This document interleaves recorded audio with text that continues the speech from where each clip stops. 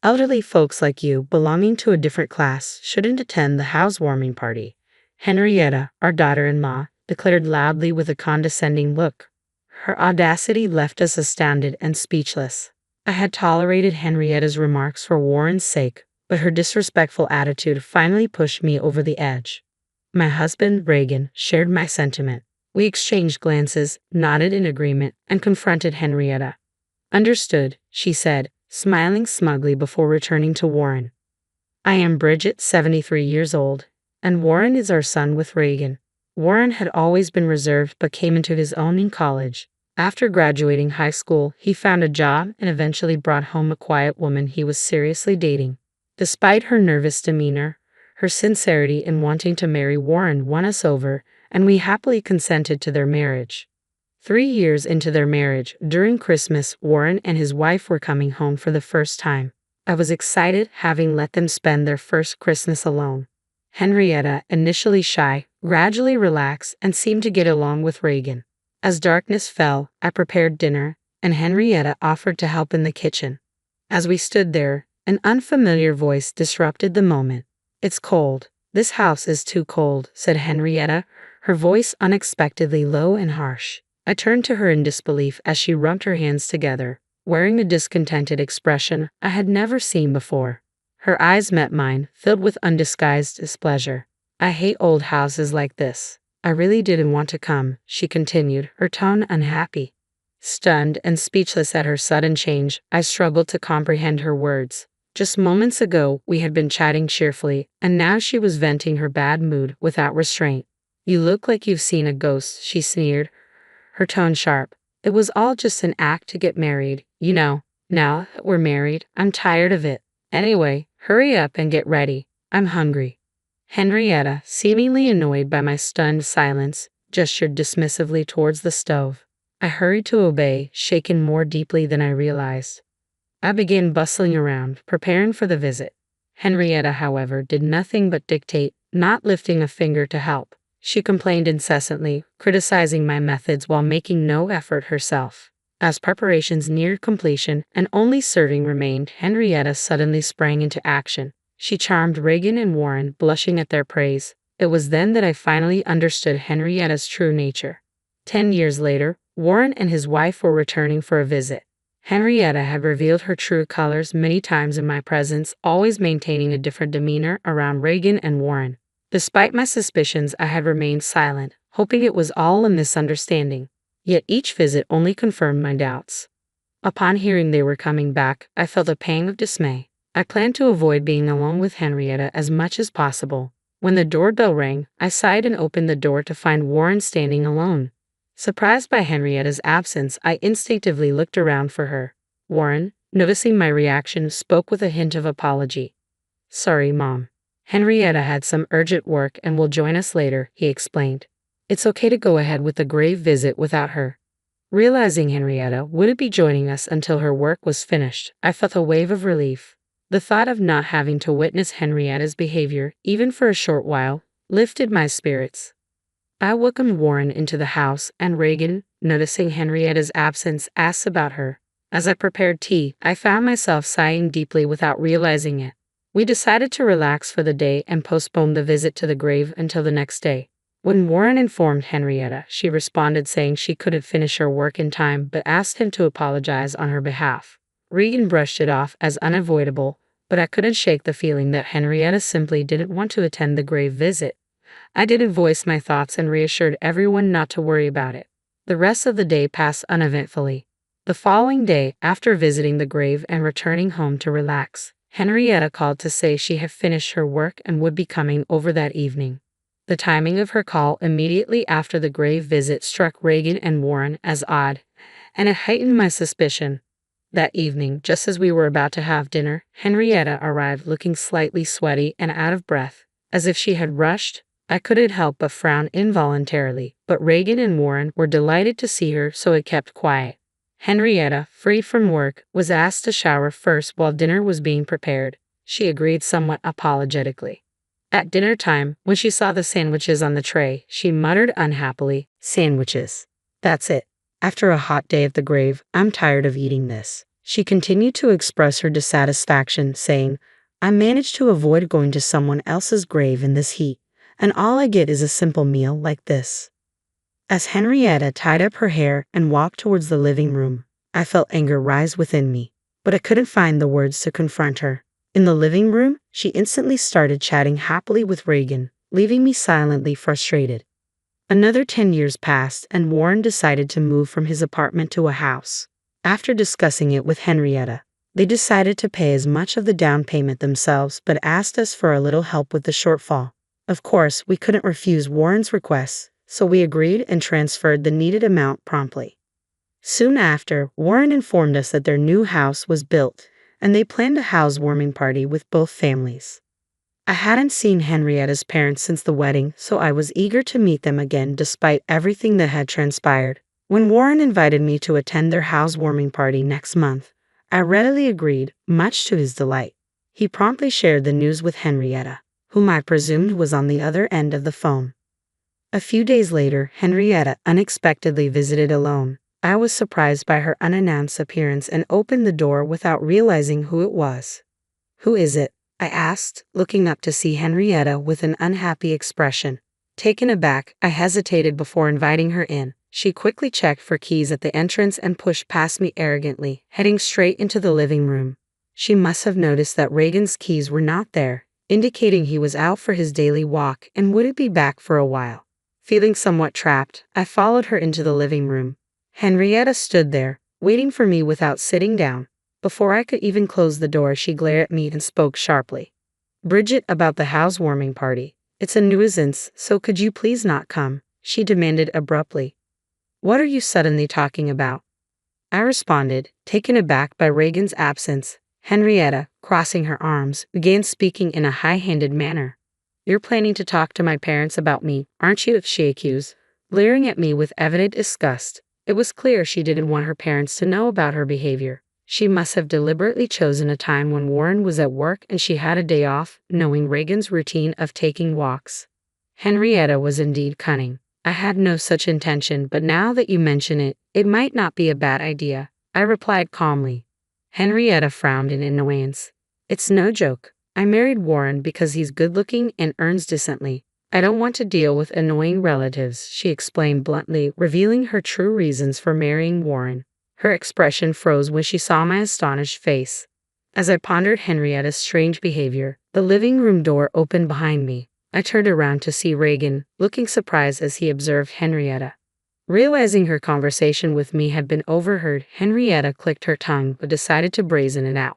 "Anyway, elderly folks like you, being of a different class, shouldn't come to the housewarming party," she declared with audacity that left us astounded and at a loss for words. I had finally reached my limit with Henrietta, who dared to say such things even in Warren's absence. I had kept silent for Warren's sake until now, but I could no longer overlook her behavior.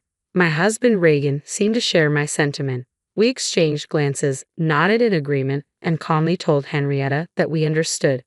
Satisfied, she smiled and went back to Warren. Left behind, we felt suddenly weary and sat down on the sofa. On the day of the housewarming party, we decided not to go to Warren and his wife's home. We hadn't told Warren anything about the incident with Henrietta. Naturally, he must have expected us to arrive. Sipping coffee with Reagan at a cafe, I pondered this situation. Suddenly, Reagan's phone rang. He got up, answered the call, and stepped out of the cafe. I quickly paid the bill and followed him to the car. Reagan switched his phone to speaker mode so I could hear Warren's voice too. "Dad, something strange is happening. All my relatives have suddenly made other plans and you and Mom haven't arrived yet. Even Henrietta's relatives are canceling one after another. What's going on?" Feeling guilty about Warren's anxious tone but deciding to play dumb, we exchanged glances. "Who knows what Henrietta's saying?" Reagan asked casually, his acting so natural that it surprised me. Noticing my reaction, Reagan winked and gestured to keep it a secret. Suppressing a laugh, I covered my mouth. Henrietta seems confused too. "Oh, another call's coming in. I'll call back later. Be safe coming over," I said, trying to sound casual. Warren still seemed to expect our visit, which made me feel guilty, but I convinced myself it was necessary to make a point to Henrietta. Then my phone rang. It was a relative who was supposed to attend today's party. Feeling apologetic but engaged in conversation, I chatted for a while. Meanwhile, Reagan's phone rang again. This time it was Warren. Reagan switched to speaker mode and answered. Dad, I just spoke to Henrietta's mom. What's going on? If you can still come, please do right away. Warren's voice sounded strained, almost on the verge of tears, which tightened my chest. Reagan glanced at me with concern. After a nod from me, he reassured Warren. We understand. We'll be right there. Calm down, Reagan replied soothingly. Warren sounded relieved and hung up. We were at a cafe near Warren's new home, so we drove there immediately. Upon arriving and ringing the doorbell, Warren rushed out to greet us. Behind him, Henrietta stood glaring at us with furious eyes. Once inside, Warren ushered us to the living room where we settled on the sofa. Eagerly, Warren began to ask. I didn't expect you to arrive so soon. Where were you? What's going on? All our relatives are angry, Henrietta's relatives are apologizing, and I have no idea what's happening. Calm down, Warren. First of all, congratulations on your new home. I began, trying to soothe him. I'll explain everything. Turning to Henrietta, who sat silently, I continued, You know why we're the only ones here, don't you? What do you mean? Henrietta feigned ignorance, prompting a slight sigh from me before I continued. It seems you didn't want us here, but given the current situation, your worries are over, I explained calmly. What does that mean? Warren sounded confused, his brow furrowing. I smiled slightly and continued. Both your relatives and ours know everything now. Unfortunately, your plans have failed. You've already been reprimanded by your relatives, haven't you? A low growl unmistakably from Henrietta interrupted. Reagan and I were astonished to hear her reaction for the first time, but I ignored it, maintaining eye contact with Henrietta. Now that your true nature is exposed, why don't you just accept it? I asked. I didn't invite you. Henrietta's voice was quieter now, making Warren lean in closer to hear her repeat herself. Suddenly, Henrietta raised her head, stood up, and began to yell. I didn't invite you. I told you not to come. Why did you come anyway? And spreading lies among the relatives, framing me, is that fun for you? Taken aback by her intensity, Warren recoiled. I sighed as Henrietta continued to insist she was the victim. Mobile phones are so handy, aren't they, Henrietta? I nodded at Reagan, who took out his phone, operated it, and then looked at Warren. I just wanted to marry Warren because he's good-looking and earns decently. I don't want to deal with troublesome relatives. Anyway, elderly folks like you, being of a different class, shouldn't come to the housewarming party. Henrietta's words from that day played from Reagan's mobile phone. Henrietta turned pale and glanced at Warren. After hearing the playback, Warren slowly turned to Henrietta, his mouth agape. Henrietta tried to deny it, but what excuse could she give after that recording? The weather turned bad, so I cut my walk short and came back only to hear this incredible conversation. I couldn't help but record it, Reagan explained regretfully. Warren looked at me for confirmation, and I nodded firmly. I couldn't believe it at first either, Warren, but the truth is there in the recording. Henrietta's true feelings and her last words were said despite my presence. It's hard to escape now, Reagan said, fixing his gaze on Henrietta. Could anyone stay calm knowing she had been deceiving everyone since her dating days with Warren, let alone after their marriage? Reagan continued. Seeing his stern look, Henrietta dropped her shoulders and ceased her struggle. This seemed like affirmation to Warren, who abruptly stood up and left the house. It happened so suddenly that we couldn't stop him. Although Reagan hurried after him, Warren soon returned. Apparently, Warren had driven off somewhere, leaving his mobile phone behind, making it impossible for us to call him. Henrietta was left behind, surrounded by us, trembling and pale, huddled up helplessly. Eventually, Warren returned, holding something in his hand, which he slammed in front of Henrietta. Send the divorce papers and leave, he said quietly. Henrietta looked up at Warren, her mouth agape, but Warren repeated himself. He took a pen from the holder on the table and began to fill in his part. After finishing, Warren forced the pen into Henrietta's hand and tapped on the divorce papers. Come on, sign and leave, he said forcefully. Overwhelmed, Henrietta, though frightened, filled in her part. She looked at Warren when finished. She looked at Warren when finished, but he avoided eye contact, checking for any missing details. Finding no errors, Warren forcefully made Henrietta stand up and dragged her to the front door. He pushed her outside, ignoring her attempts to cling to him and throwing her bag outside. It's late, so I'll submit this tomorrow. Don't ever come back to this property, Warren said, slamming the door shut and locking it. Henrietta's pleading voice could be heard from outside, but Warren ignored it and turned to apologize to us. "I'm sorry for the trouble. I had no idea she was like that." We could say nothing to his deep apology, just embracing him. Before long, Henrietta's voice faded away. We decided to stay at Warren's new home that night. The next morning, Warren submitted the divorce papers first thing, and his divorce from Henrietta was finalized. Concerned about his heartache, we chose to stay another night. That evening, with a somewhat calmer Warren, we discussed everything that had happened. As we recounted the past events, Warren listened with clenched fists. Reagan, who was also unaware of these details, placed his hand on my shoulder as I spoke. Then, we revealed the truth about the current situation after Henrietta had left, telling us not to come. I learned that Reagan had spontaneously recorded the conversation. Together, we decided to inform Henrietta's parents. When we called and explained the situation, Henrietta's parents initially were in disbelief but changed their attitude and kept apologizing after hearing the recorded audio. Angry about their daughter's misdeeds, they intended to inform the relatives who had planned to attend the housewarming party not to go. After hanging up, we discussed and decided to do the same with our relatives. They too were furious and said they wouldn't attend. That is how the current situation unfolded. Hearing all this, Warren's shoulders drooped again, worried but unable to do anything. We decided to spend another night. The next day, Warren came into the living room looking relieved and shared what happened the previous night. He had apparently contacted his former in-laws. Henrietta was now at her parents' home, being disowned and facing eviction. They also planned to bring alimony, which would be imposed on Henrietta as her debt. While Warren felt this was not enough, he seemed more settled than expected. After returning home, we immediately started packing up our old house. Now dated, it was set to be handed over as the house was being remodeled for us to live in together. Since Warren was at work during the day, the renovations were scheduled to take place then. Though costly to modify a newly built home with some financial gain from the recent events and our help, the decision was made. While waiting for the house's remodeling, we were happily clearing out our old home. I should have known something was wrong the moment I pulled into our driveway and saw all the cars lined up along our street. The bass from whatever music was playing inside our house made my steering wheel vibrate.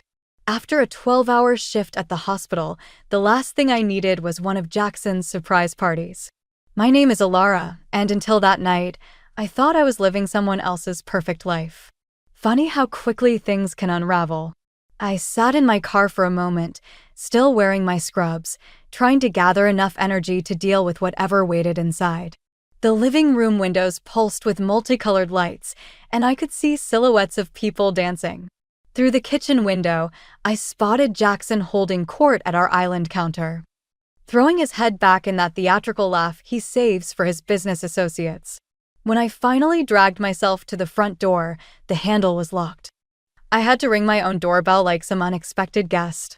A woman I'd never seen before opened it, champagne glass in hand, looking me up and down with obvious confusion. "Oh," she said, "are you?" "The help." Before I could answer, Jackson appeared behind her, his perfect smile faltering for just a fraction of a second. "Honey, you're home early." He swooped in for a kiss, but I turned my head. His lips grazed my cheek, leaving behind the smell of expensive bourbon. "It's 11:30, Jackson." My shift ended right on time. He wrapped an arm around my shoulders, steering me inside. "Everyone, this is my beautiful wife. She saves lives, you know." He announced it like I was some party trick he'd been saving for the perfect moment. A few guests raised their glasses, but most barely glanced our way. I spotted her then, a tall woman in a red dress, watching us from across the room. Something about the way she looked at Jackson made my stomach twist. She lifted her glass in our direction, a small smile playing at the corners of her mouth. "Who is that?" I asked Jackson. "Oh, that's just Lila. New client." He squeezed my shoulder a little too hard. "Why don't you go change into something more appropriate? I'll have Miguel mix you one of his famous martinis." I pulled away from him. "I'm exhausted, Jackson. I just spent 6 hours in emergency surgery. A kid almost died on my table today. Come on, babe. It's important to network. These people could really help us dash." "Help us what?" We have everything you wanted. The house, the cars, the country club membership I never use. A few nearby guests pretended not to listen. Jackson's smile remained fixed, but his eyes hardened. "Don't do this now," he whispered. "Not in front of everyone." I looked around at everyone, his carefully curated collection of business contacts and social climbers. None of them knew that I'd been up since 4 a.m., that I'd skipped lunch to hold a crying mother's hand, or that I'd had to tell a father his daughter might never walk again. "You're right," I said, loud enough for nearby guests to hear. "I should go change into something more appropriate. I wouldn't want to embarrass you with all this real-world mess." As I headed upstairs, I heard him smoothly explaining to someone that I was just tired and so dedicated to my work. The woman in the red dress, Lila, caught my eye again. This time, she wasn't smiling. In our bedroom, I found evidence that someone had been there, the covers slightly rumpled, a wine glass on my nightstand that wasn't mine. Next to it lay a tube of lipstick in a shade I'd never wear. I picked up the lipstick, rolling it between my fingers as the party continued below. The bass thumped through the floor, and I could hear Jackson's laugh again, followed by a woman's voice, high and musical. That's when I realized my perfect life was just another one of Jackson's carefully orchestrated performances. And I had been playing my part for far too long. I didn't call Finn right away. That would have been the sensible thing to do, but I spent 3 days pretending everything was normal. Going to work, making dinner, sleeping next to Jackson while that lipstick burned a hole in my dresser drawer. Sometimes denial is easier than facing the truth. It was Finn who finally showed up at my door, camera bag slung over his shoulder, wearing that concerned look he's had since we were kids. "You missed Sunday breakfast," he said, pushing past me into the kitchen. "Mom said you texted some excuse about picking up an extra shift." I busied myself making coffee, keeping my back to him. "I did pick up an extra shift." "Bullshit." I called the hospital. The coffee pot slipped in my hands, clattering against the counter. "You what?" "They said you called out sick." He leaned against the island, right where Jackson had been holding court at his party. "What's going on, Al?" I turned to face him, and something in my expression must have given me away because he straightened up immediately. "Show me," he said. Upstairs, I pulled out the lipstick and handed it to him. He turned it over in his hands, just like I had done countless times over the past few days. "Could be nothing," he said, but his jaw was tight. "Maybe someone left it at the party." "In our bedroom?" "On my nightstand." I sat on the edge of the bed, suddenly exhausted. "And there's more. A woman named Lila." The way she looked at him. "The one in the red dress?" When I looked up sharply, he added, "I've seen her around. At that coffee shop near Jackson's office." "What do you mean, you've seen her around?" Finn set down his camera bag carefully, the way he does when he's about to say something he knows will hurt. "I didn't want to tell you until I was sure. I've been documenting things. Just in case." He pulled out his laptop and opened a folder labeled Property Development Projects. Inside were dozens of photos, Jackson and Lila having lunch, walking together, laughing. In one, they were sitting close in a booth, his hand on her knee under the table. "These are from the past 3 months, Finn said quietly. I stared at the images, feeling strangely detached. "Why didn't you tell me? Would you have believed me?" He closed the laptop. "You've been defending him for years, Elle. The missed anniversaries, the business trips, the way he talks down to you in front of his friends." "I haven't been defending him," I started to say, but the words felt hollow. "I've been surviving," Finn finished. "Like we did with Dad. Making excuses, walking on eggshells, trying to keep the peace." The comparison hit me like a physical blow. Jackson's nothing like Dad. "No." Finn pulled up another photo. This one showed Jackson at his office, shouting at someone just out of frame. His face was twisted with the same rage I remembered from our childhood. The patterns are different, but the control is the same. I got up and walked to the window, watching our neighbor water her perfect roses in her perfect yard. What am I supposed to do? Just throw away 8 years of marriage?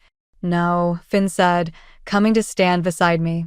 "But maybe it's time to remember who you were before him. Remember that girl who used to paint until sunrise? Who had opinions and dreams and didn't apologize for taking up space. She grew up, I said softly. She gave up. There's a difference. Before I could respond, my phone buzzed with a text from Jackson, working late tonight. Don't wait up. Finn looked over my shoulder at the message. Want to know something interesting? His office has been closed for renovations all week. I thought about the lipstick in my drawer, the rumpled bedsheets, Lila's knowing smile. Show me everything, I said. Finn squeezed my shoulder. There's my sister. As he pulled out more photos, I felt something shift inside me. Not quite anger, not quite grief, but a quiet determination. Jackson had spent years carefully constructing his perfect life. Maybe it was time someone showed him what it looked like when things fell apart. Following Lila turned out to be easier than I expected. Her routine was as predictable as Jackson's lies: coffee at 9, yoga at noon, lunch meetings that stretched well into the afternoon.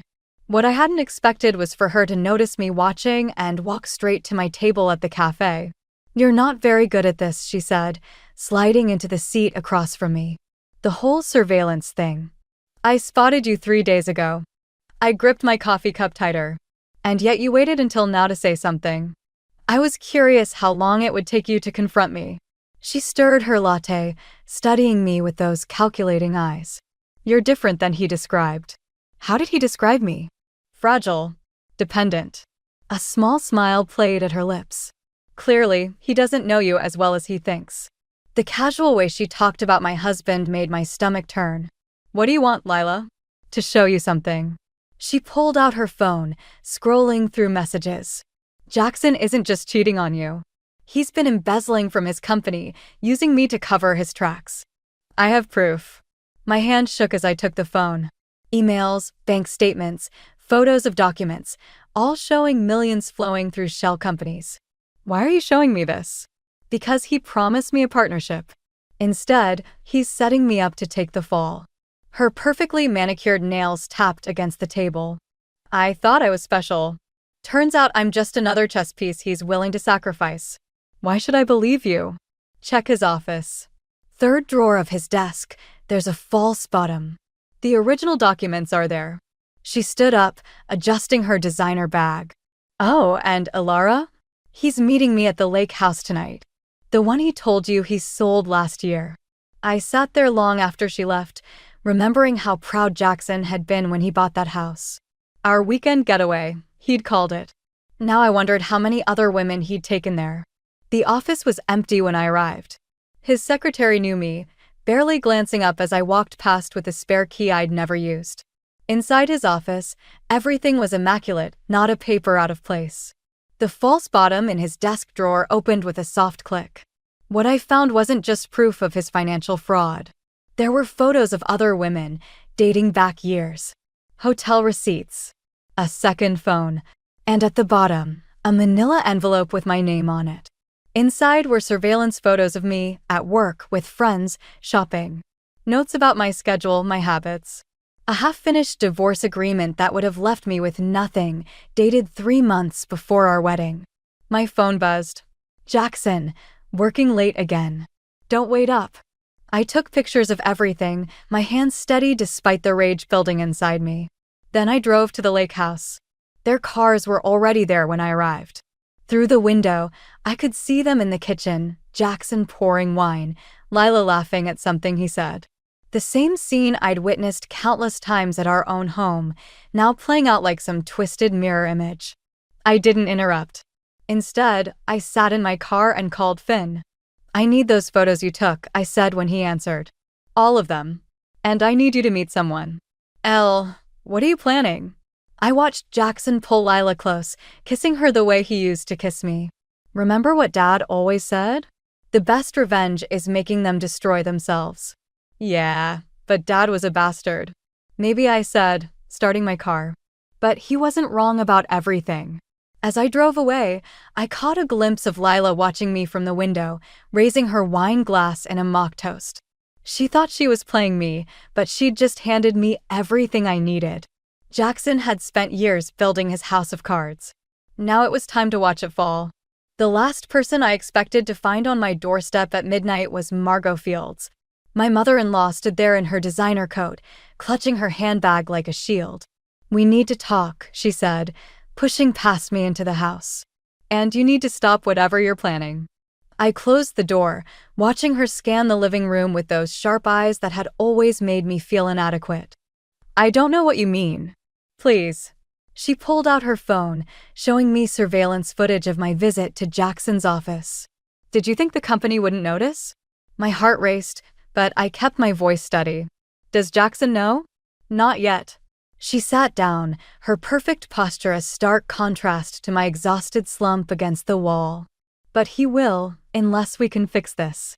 "Fix what, exactly? The fraud? The affairs? Or just the evidence I found?" Something flickered across her face, not surprise, but recognition. "Sit down, Ilara. There are things you need to understand about my son." I stayed standing. 8 years of marriage wasn't enough to understand him? "You saw what he wanted you to see." She pulled out an old photograph from her bag. A young boy with Jackson's eyes stood next to a man whose face had been burned away with cigarette marks. His father was creative with his punishments. The photograph trembled in my hands. "Why are you showing me this?" "Because you're not the first woman he's tried to destroy." She took back the photo, her manicured fingers tracing its edges. "There were others before you. Before Lila. Each time, he convinced himself they would betray him first, so he had to strike preemptively. And you helped him cover it up." "I protected him." Her voice cracked, just slightly. "The way I failed to protect him from his father." I thought about the divorce papers I'd found, dated before our wedding. "You knew what he was planning to do to me." "I knew he would try." She met my gaze steadily. "Just like I know you're not actually working with Lila." The accusation hung in the air between us. I said nothing. "She's playing both sides, dear. Always has been." Margot stood up, smoothing her coat. "The question is, what are you going to do with that information?" "Why tell me this now?" "Because despite everything, you're good for him. Better than he deserves." She walked to the door, then paused. "But if you're going to take him down, make sure you're ready for the collateral damage. Some secrets should stay buried." After she left, I found another photograph she'd slipped onto the coffee table. A newspaper clipping from 20 years ago. Local businessman dies in house fire. Foul play suspected. My phone buzzed with a text from Lila. "Meeting tomorrow? I have more documents to share." I stared at the message, thinking about Margot's warning. About buried secrets and collateral damage. About a young boy with burned photographs and a mother who would do anything to protect him. Another text came through, this time from Jackson. "Miss you. Coming home early tomorrow. Let's have dinner." I thought about how easily the lies came to him, how smoothly he moved between his different worlds. Just like his mother, playing both protector and enabler. My fingers hovered over the phone. Lila was waiting for my response, thinking she had me figured out. Jackson was probably at the lake house right now, not realizing his carefully constructed facade was crumbling. And somewhere, Margot was either trying to save her son or setting me up for an even bigger fall. I texted Finn, "Need your help. Bring your camera." Then I responded to Lila, "Tomorrow works. Same place."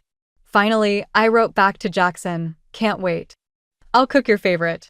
3 messages, 3 lies. I was learning from the best, after all. But unlike them, I wasn't playing both sides. I was playing my own game now. Sophie found me in my old studio, surrounded by dusty canvases and 8 years of abandoned dreams. I hadn't planned to come here, but after Margot's visit, I needed somewhere Jackson wouldn't think to look. "Jesus, Elle," Sophie said, taking in the chaos. "When's the last time you were up here?" "Our 2nd anniversary." I picked up a half-finished painting of the lake house. Jackson said my art was becoming a distraction from our marriage. Sophie moved closer, studying the canvas. "And you believed him?" I wanted to. I set the painting down carefully. "Did you know about Lila?" Her hesitation told me everything. I suspected. But you weren't ready to hear it. "I'm your patient. You're supposed to tell me these things. You're my friend first." She touched my arm. And friends don't force truths that could break someone. They wait until that person is strong enough to face them. I pulled away, anger rising unexpectedly. So everyone just watched me play the fool? You, Finn, Margot, all protecting me like I'm some fragile thing that might shatter. No. Sophie's voice sharpened. We watched you grow stronger. There's a difference. She gestured at the studio. The Alara who gave up painting would have never survived what you're planning. I froze. What do you mean? Finn called me. He's worried you're going too far. She picked up one of my old brushes, rolling it between her fingers. Revenge isn't therapy, Elle. It won't heal what's broken. I'm not looking for healing. I grabbed a blank canvas, propping it on the easel.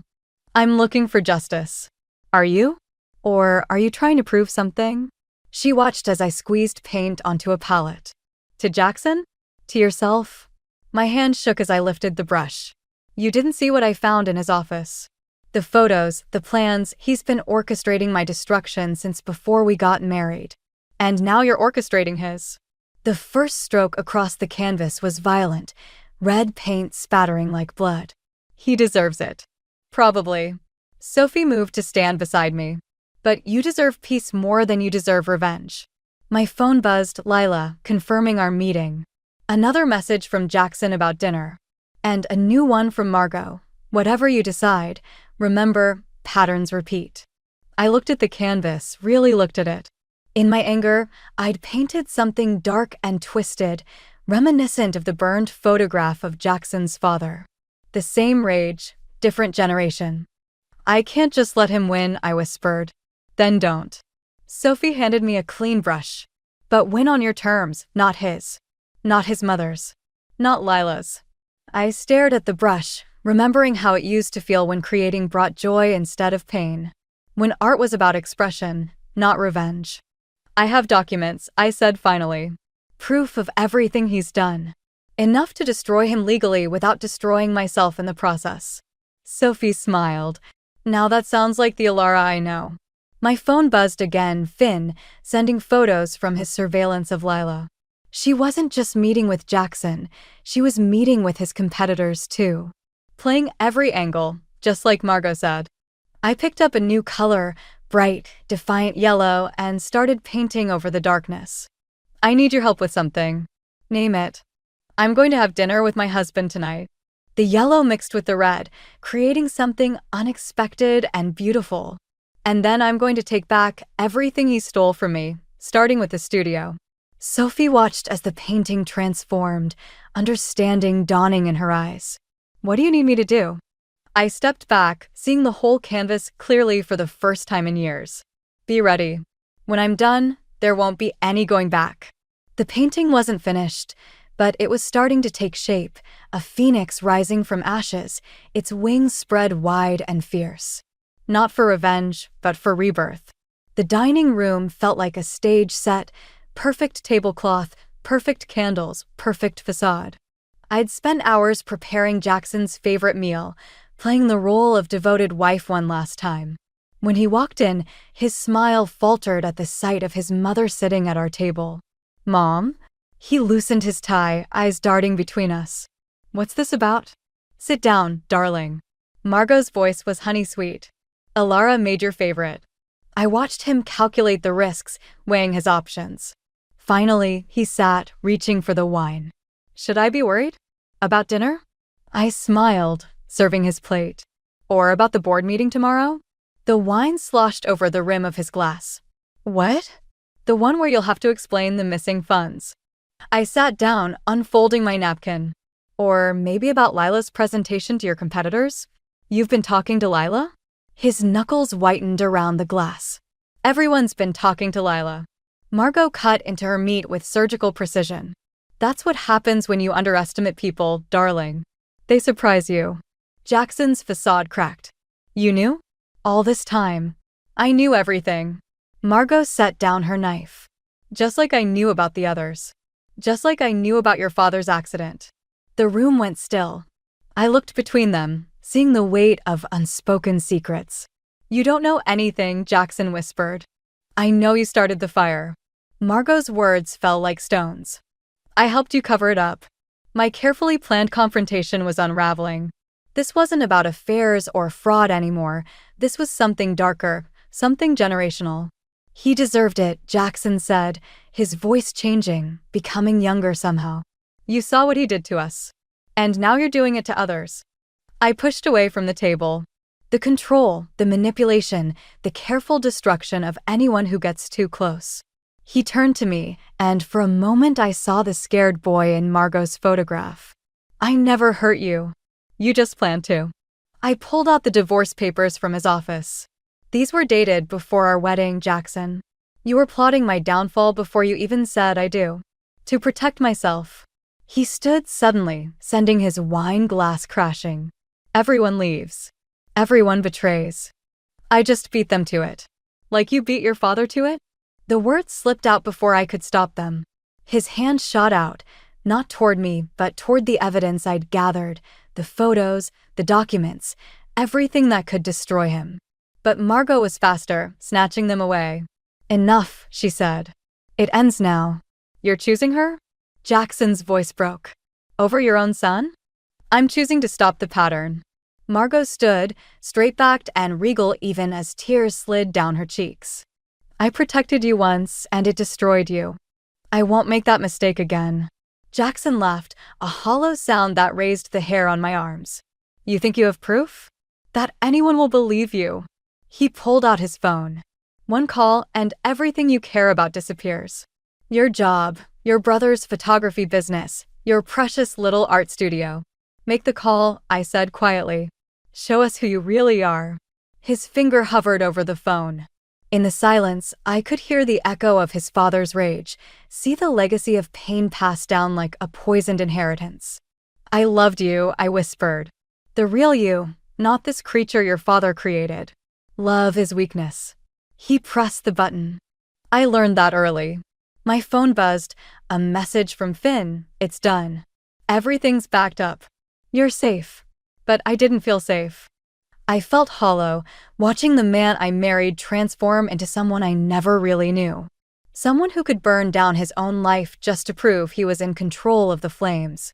You're right about one thing, I said, standing to leave. Everyone does leave you, Jackson. But not because they betray you. Because you give them no choice. As I walked out, I heard Margot say softly, like father, like son. The sound of breaking glass followed me into the night, and I wondered if some patterns were too deep to break, some wounds too old to heal. The board meeting erupted into chaos the moment Lila finished her presentation. I watched from the back of the room as Jackson's carefully constructed world imploded, spreadsheet by damning spreadsheet. These allegations are ridiculous, he said, but his voice had lost its usual authority. Miss Thompson is a disgruntled employee with a personal vendetta. A personal vendetta? Lila's laugh was sharp. Should we discuss exactly how personal our relationship was, Jackson? Or should we let your wife do that? Every head turned toward me. I stood, hands steady, and walked to the front of the room. My name is Alara McKinley, I said, and everything Miss Thompson has shown you is true. I have additional documentation to support her claims. Jackson's face twisted into something ugly. You don't want to do this. Actually, I do. I plugged in my USB drive, and new images filled the screen. Not just financial records, but photos. The lake house. The other women. The burned remains of his father's study. What are you doing? His whisper was desperate. Breaking the pattern. The boardroom doors burst open, and Margot strode in, followed by 2 police detectives. It's time, Jackson. Time for what? He backed away, looking between us. Mother, whatever she's told you, Dash. I told them the truth, Margot said. About your father. About the fire. About everything I helped you hide. One of the detectives stepped forward. Mr. Reed, we need you to come with us. You can't prove anything. Jackson's composure cracked completely. It was 20 years ago. You've got nothing. We have this. I projected one final image, a series of photographs showing a teenage Jackson buying gasoline, walking toward his house, leaving just before the flames began. Your father wasn't the only one who kept detailed records. The room fell silent. Jackson stared at the evidence of his past, his hands shaking. You don't understand. He was going to destroy everything. He said I was weak, that I'd never be strong enough to run the company. I had to show him, Dash. That you could be just like him? I stepped closer. You succeeded, Jackson. You became exactly what he made you. He lunged then, not at me but at the computer, desperate to erase the evidence. Finn appeared from nowhere, tackling him before he could reach it. They crashed into the conference table, sending water glasses shattering across the floor. "It's over," Finn said, pinning him down. "Let it be over." As the detectives moved in with handcuffs, Jackson looked up at me, tears streaming down his face. "I loved you," he said. "In my way, I did." "I know." I knelt beside him, just out of reach. "That's what makes it tragic. You loved me the only way you knew how, by trying to destroy me before I could destroy you." "Like father, like son," he whispered. "No." I stood up, backing away. "That's where you're wrong. You had a choice. You still have a choice." The detectives led him out, past the shocked board members, past Lila with her triumphant smile, past his mother who watched with tears in her eyes. At the door, he stopped. "The paintings in your studio," he said quietly. "I never really hated them. I was afraid of them, of what they meant." "What did they mean?" "That you could create something beautiful without destroying something else first." He looked back at the wreckage of the boardroom. "I never learned how to do that." As they took him away, Margot touched my arm. "You could have destroyed him completely. Why didn't you?" I thought about the burned photograph, the scared little boy, the cycle of pain that had brought us here. Because then I'd be just another link in the chain. Through the boardroom windows, I watched Jackson being led to the police car. The morning sun caught his face, and for a moment, I saw him clearly, not as the monster he'd become, or the victim he'd been, but as something in between. Something human. My phone buzzed with a text from Sophie. "You okay?" I looked at the chaos around me, the scattered papers, the broken glass, the shattered remains of Jackson's facade. "No," I typed back. "But I will be." 6 months after Jackson's arrest, I stood in my transformed studio, surrounded by paintings for my first exhibition. The space that had gathered dust for years now burst with color, landscapes, abstracts, and one piece I hadn't planned to show. "You're really going to display that one?"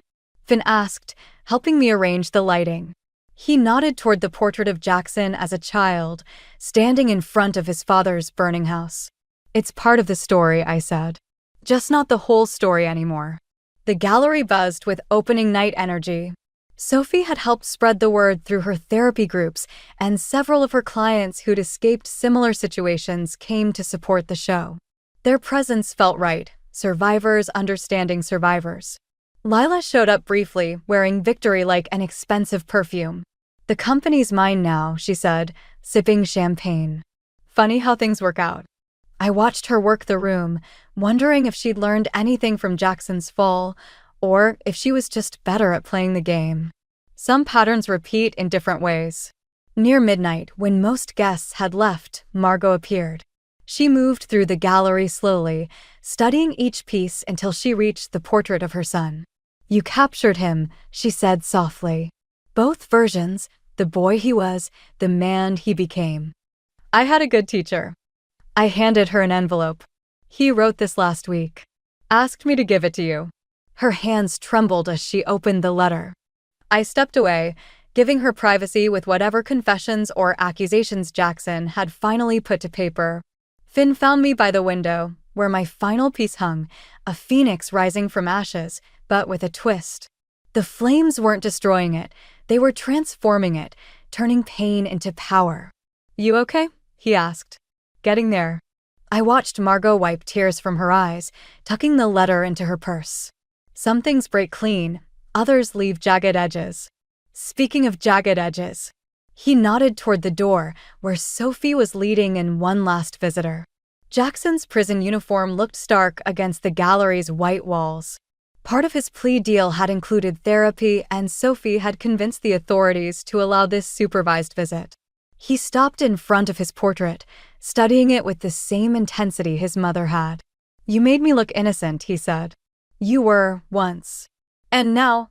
He turned to face me, thinner and somehow younger than I remembered. "Now you're just human." I moved to stand beside him. "Like the rest of us. I read about your work with domestic violence survivors. Using art as therapy. His voice caught. You're doing what I never could, turning destruction into creation. It's not too late to learn. He smiled sadly. Some fires can't be unlit. No, I agreed. But we can choose what rises from the ashes. After he left, escorted by guards, Margot touched my arm. Thank you, she said, for not making him a monster in your art. For seeing both sides of the story. There are always both sides. I looked around at my gallery, at the pieces showing darkness and light, destruction and rebirth. That's what I learned from all this. We're not just victims or villains.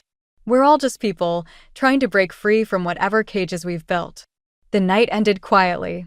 Vin packed up his camera, Sophie hugged me goodbye, and Margot left with her son's letter close to her heart. I stayed behind, alone in the gallery that represented not just my rebirth, but my understanding of how complicated healing can be. My phone buzzed with a text from an unknown number. The paintings helped. Jay. I didn't respond, but I didn't delete it either.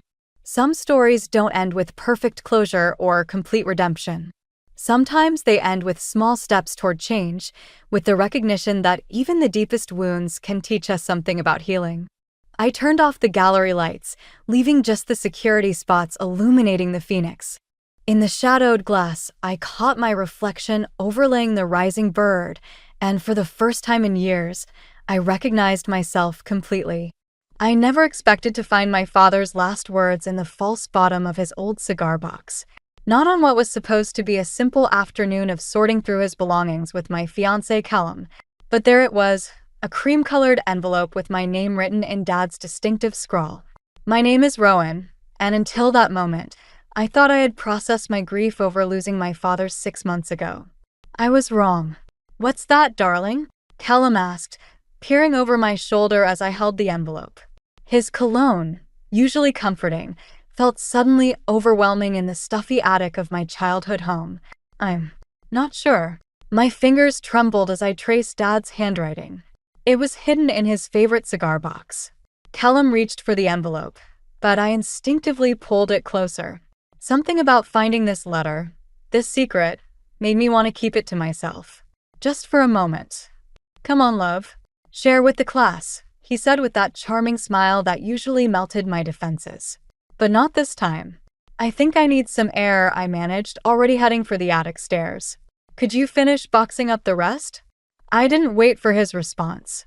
My heels clicked against the hardwood as I made my way to Dad's study, the one room in the house that still felt like him. The leather chair creaked as I sat behind his massive oak desk, the envelope now feeling heavier than it should. Inside, I found 2 pages filled with Dad's precise handwriting.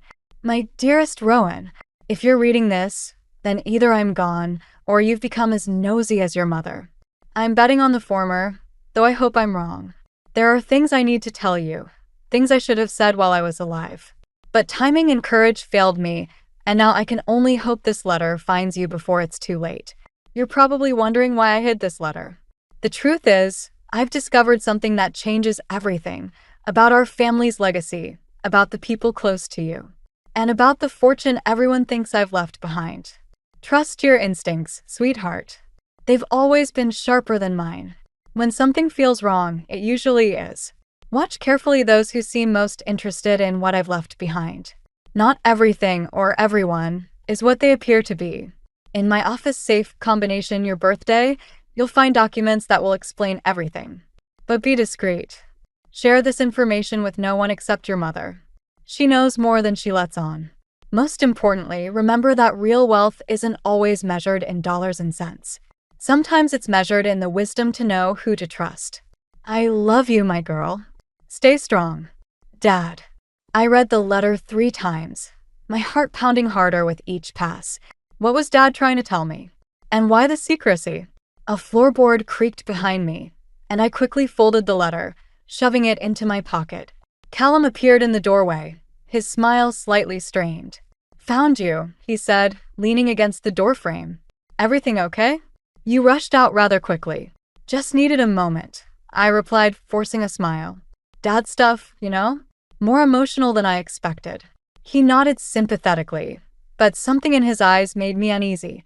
Or maybe it was just Dad's words making me paranoid. Speaking of your father's things, Callum said, his tone carefully casual. Have you given any more thought to when we might meet with the estate lawyer? Just to get everything sorted before the wedding. The question seemed innocent enough, but combined with Dad's warning, it hit differently. Why was my fiancé so interested in my father's estate? Soon, I said vaguely, my hand unconsciously touching the letter in my pocket. There's still a lot to process. As Callum nodded and turned to leave, I glanced at the painting behind Dad's desk, the one concealing his safe. Whatever secrets lay behind it would have to wait until I was alone. But one thing was certain, nothing about this felt right. And Dad had taught me to trust my gut. I barely slept that night, Dad's letter burning a hole in my thoughts.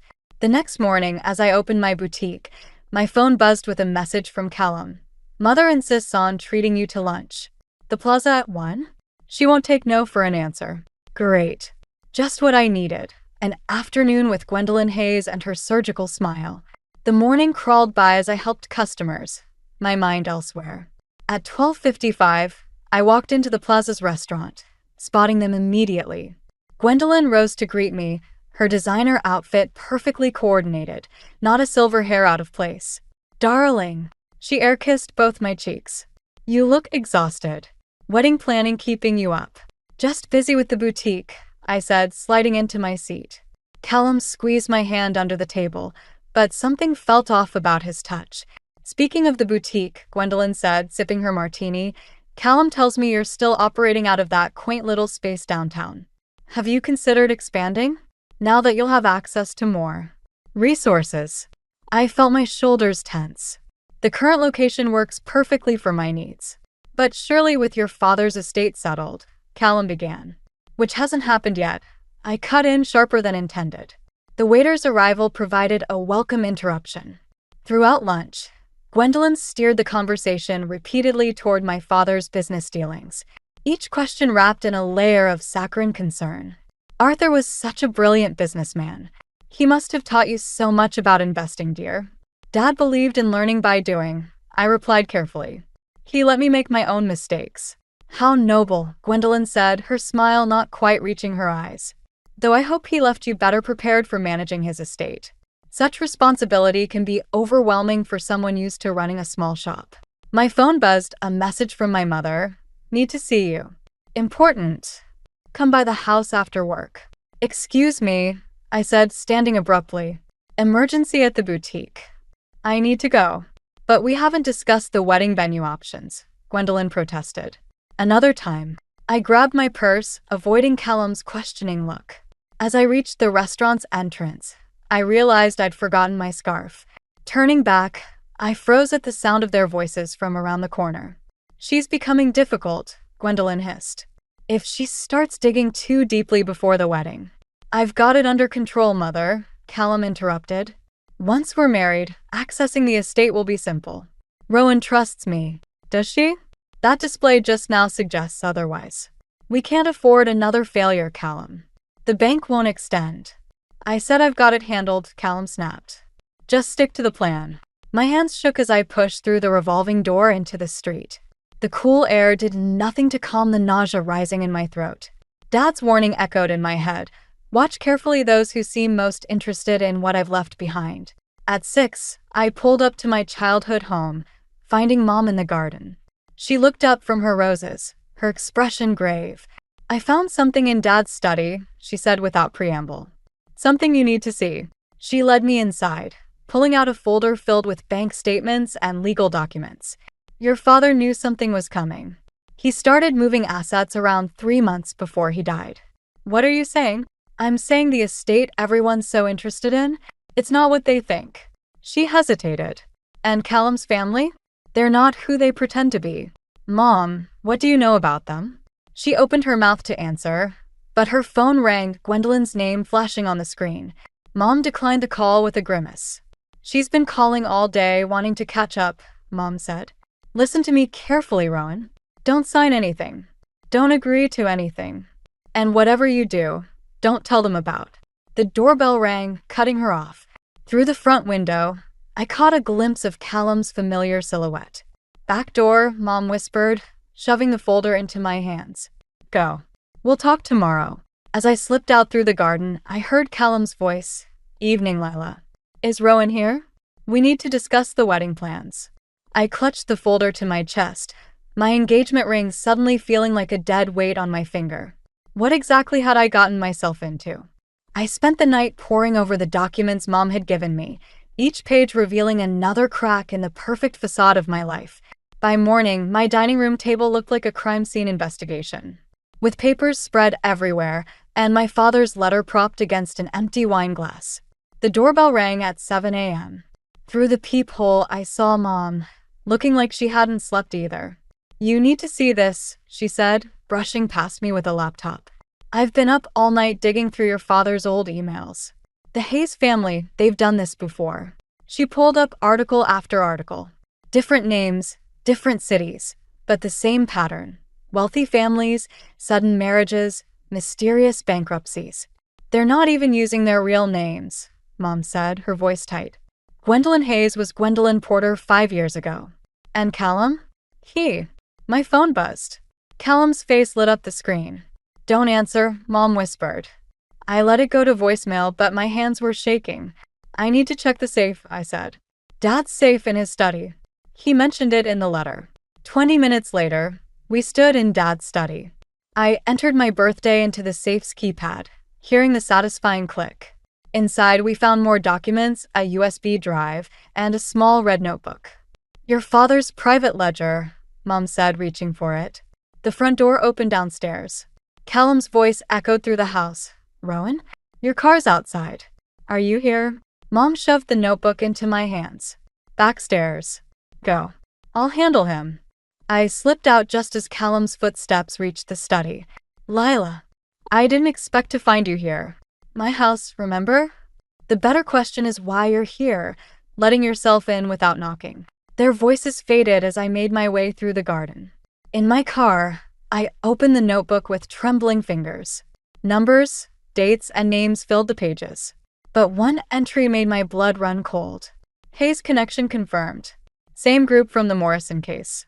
Protecting Rowan must come first." My phone buzzed again, a text from Callum. "Where are you? We need to talk about the wedding. Mother's worried you're having doubts." Another text followed. "By the way, did you remove anything from your father's study? Some papers seem to be missing." The calm mask I'd been wearing cracked. I started my car and drove to the one place I could think clearly, my boutique.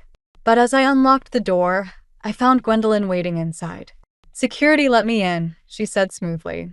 "We need to talk, dear." "How did you know you'd come here? You're so like your father, always retreating to work when things get complicated." Her smile turned sharp. "He did the same thing, right before he died." The temperature in the room seemed to drop. "What do you know about my father's death?" "Only that stress can do terrible things to a person's heart." She examined her manicured nails. "Especially when they're trying to protect certain secrets." My phone buzzed again. "Callum, found the safe open. Mother's waiting at your shop. Let's talk this through like family." Gwendolyn continued. "Marriages are about trust. About sharing everything, including burdens, secrets, inheritances." I thought about Dad's warning, about Mom's discoveries, about the notebook burning a hole in my bag, about all the signs I'd ignored because I wanted to believe in love. "You're right," I said, my voice steady despite my racing heart. "Let's talk about trust. And about the Morrison case." Gwendolyn's perfectly composed face flickered for just a moment. "I don't know what you're, or should I call you Mrs. Porter?" I pulled out my phone, showing her the articles Mom had found. "That was your name when you pulled this same scam in Seattle, wasn't it?" The shop's door chimed. Callum walked in, his face dark. "Rowan, whatever you think you know." "I know enough," I cut him off, backing toward my office. "And soon everyone else will too." I hadn't planned what to say next. But as I looked at their faces, Gwendolyn's mask of concern cracking, Callum's charm turning to something uglier, I realized Dad had been preparing me for this moment all along. The question was, what would I do with the truth? I decided to play their game. After the confrontation at my boutique, I pretended to accept Callum's explanations, his promises, his lies. But I kept digging, and what I found made my stomach turn. The USB drive from Dad's safe contained emails, hundreds of them. Correspondence between Dad and someone named Marcus Morrison. As I read through them late one night, my hands started shaking. Arthur, they're getting closer. Gwendolyn Porter and her son have already emptied the Peterson account. Sarah Peterson killed herself last week. We can't let them do this to another family. My phone lit up with a text from Callum. Late meeting. Rain check on dinner. I grabbed my keys and drove to his office building downtown. His car was there, but the lights were off in his window. The security guard recognized me. Mr. Hayes left about an hour ago with a woman. Headed toward the Archer Hotel. The Archer. Of course. Where else would you take your secret girlfriend while your fiancé sits at home, reading about how you destroyed other families? I found his car in the hotel parking lot. Sitting there, watching the entrance, I felt oddly calm, like everything was finally making sense. The rushed engagement, the constant questions about Dad's estate, the way he always changed the subject when I mentioned prenuptial agreements. My phone buzzed. Mom, don't do anything rash. Come home. There's more you need to know. But I was already walking into the hotel, Dad's voice echoing in my head. Trust your instincts. The desk clerk didn't even hesitate when I mentioned being Callum's fiancé. Oh yes, Mr. Hayes is in the bar with Miss Peterson. Peterson. Like Sarah Peterson, who killed herself. They were sitting in a corner booth, heads close together. The woman was young, beautiful, and wearing an engagement ring that looked exactly like mine. I walked straight to their table, phone recording in my pocket. Callum, darling. Funny running into you here during your late meeting. He jumped like he'd been shocked. Rowan. I can explain. Let me guess, I said, turning to the woman. He told you about his family's investment firm? About how he could help manage your inheritance. And of course, he fell madly in love with you along the way. The woman's face went pale. Who are you? I'm his fiancé. One of them anyway. And I'm guessing you're related to Sarah Peterson. My sister, she whispered. How did you? Because my father tried to stop them before they killed her. I pulled out my phone, showing her the emails. They've done this before. Multiple times. Callum's charm vanished, replaced by something cold and hard. You've been going through private documents? Funny how you're more worried about that than being caught with your other fiancé. He grabbed my arm, fingers digging in. Let's discuss this privately. Take your hand off her. The new voice belonged to a man standing behind us, tall, gray-haired, familiar from photos in Dad's emails. Marcus Morrison. Miss Everly, he said, your father asked me to watch over you if anything happened to him. I've been waiting for you to figure it out. Callum's grip tightened. This is a private matter. Actually, said another voice mom, walking in with two police detectives, it's now a criminal matter. Fraud, theft, and conspiracy charges tend to be very public. Callum released my arm, his face twisting. You don't understand. My mother is already in custody, one detective said. We picked her up trying to access your father's business accounts 20 minutes ago. As they led Callum away, I sat down heavily in the booth. The other woman, Peterson's sister, was crying quietly. I almost fell for it too, I told her. They're very good at what they do. Mom sat beside me, holding my hand. Your father would be proud. He spent years trying to expose them. Did they? I couldn't finish the question. We can't prove they caused your father's heart attack, Marcus said quietly. But the stress of trying to protect you from them certainly didn't help. I twisted my engagement ring off my finger, feeling its weight one last time. Then let's finish what Dad started. The ring clattered onto the table, and with it, the last of my illusions about love and trust. But something stronger was taking their place, a determination to make things right, to protect others from falling into the same trap. Dad had tried to warn me. Now it was my turn to warn others. The morning after Callum's arrest, I sat in Marcus Morrison's office, surrounded by evidence of my father's secret crusade. Files, photos, and financial records covered every surface, each telling a story of another family destroyed by the Hayes schemes. Your father wasn't just tracking them, Marcus said, sliding a thick folder across his desk. He was building a case. But he needed absolute proof of their connection to Sarah Peterson's death. I opened the folder, finding photographs of Callum with different women, all wearing similar engagement rings. All from wealthy families. All now bankrupt or worse. Why didn't Dad just go to the police? Marcus's expression darkened. He tried. But Gwendolyn had connections in high places. Each time we got close, charges would mysteriously disappear. Witnesses would recant. My phone buzzed, a text from an unknown number. We should talk. About Arthur. About what really happened to him. Gee. Gwendolyn, I whispered, showing Marcus the message. He reached for his phone, but I stopped him. Wait. Maybe we should hear what she has to say. It's too dangerous. Dad died trying to stop them. I need to know why.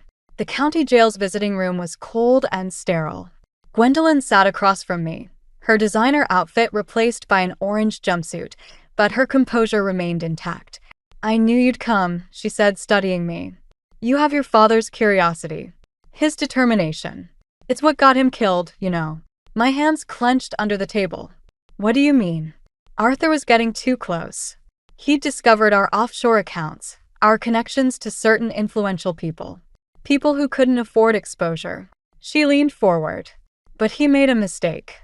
He tried to warn the wrong person. Who? Check his calendar for March 15th. The day before his heart attack. Her smile turned predatory. But be careful, dear. Some truths are better left buried. Back at Dad's house, I found his old planner in his desk. March 15th had a single entry. Dinner, Judge Matthews. My blood ran cold. Judge Matthews, the same judge who had dismissed 3 cases against the Hayes family. Mom appeared in the doorway. I was hoping you wouldn't find that. You knew. Your father told me everything the night before he died. He was going to expose Judge Matthews' connection to Gwendolyn. But someone warned them. I stared at her, realization dawning. The morning of his heart attack, you said he had a breakfast meeting. With his old friend from the DA's office. Mom's voice cracked. Who happened to be Judge Matthews' brother-in-law? My phone buzzed again, Marcus.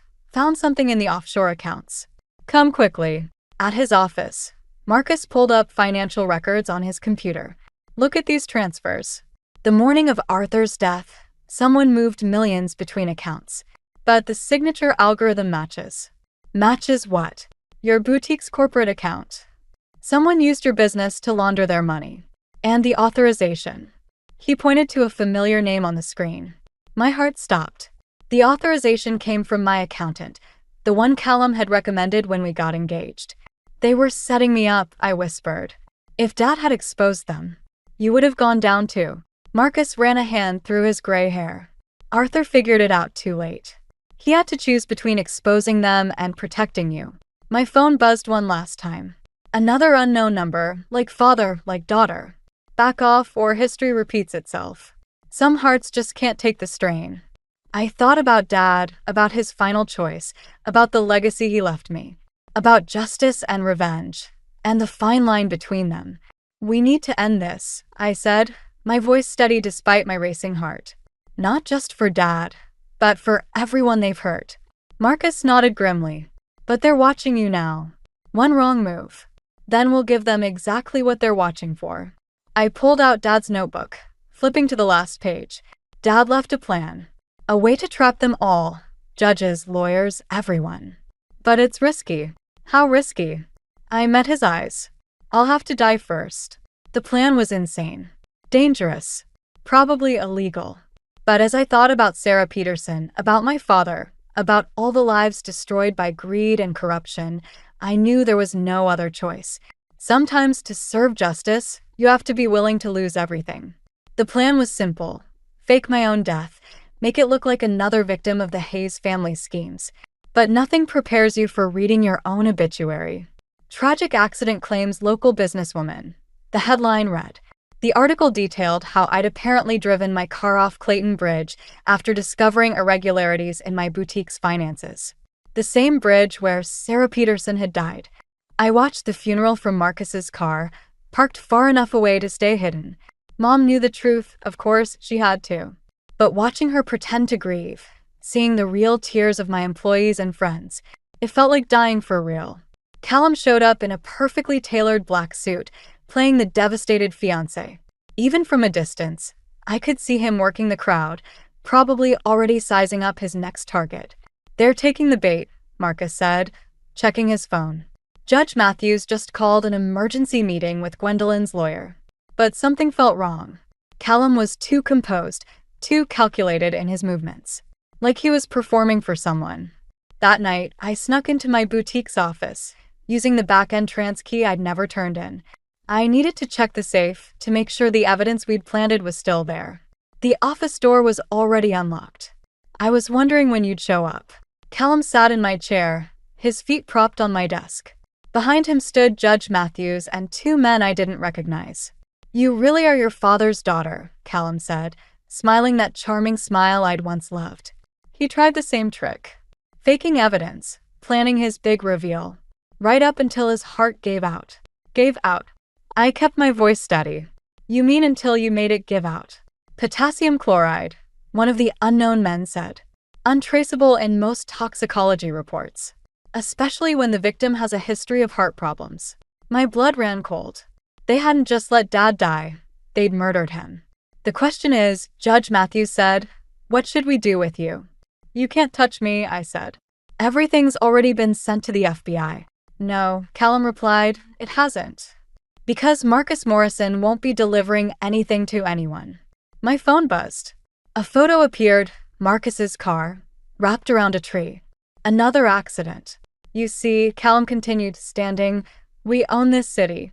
The police, the judges, even some of those federal agents you were counting on. Your father never understood that. But you will." The two men moved to block the door. Judge Matthews pulled out a small vial. "The thing about faking your death," Callum said, "is that sometimes it becomes real." I backed away, but my heel caught on the carpet. As I stumbled, I caught a glimpse of movement outside the office window, a flash of gray hair.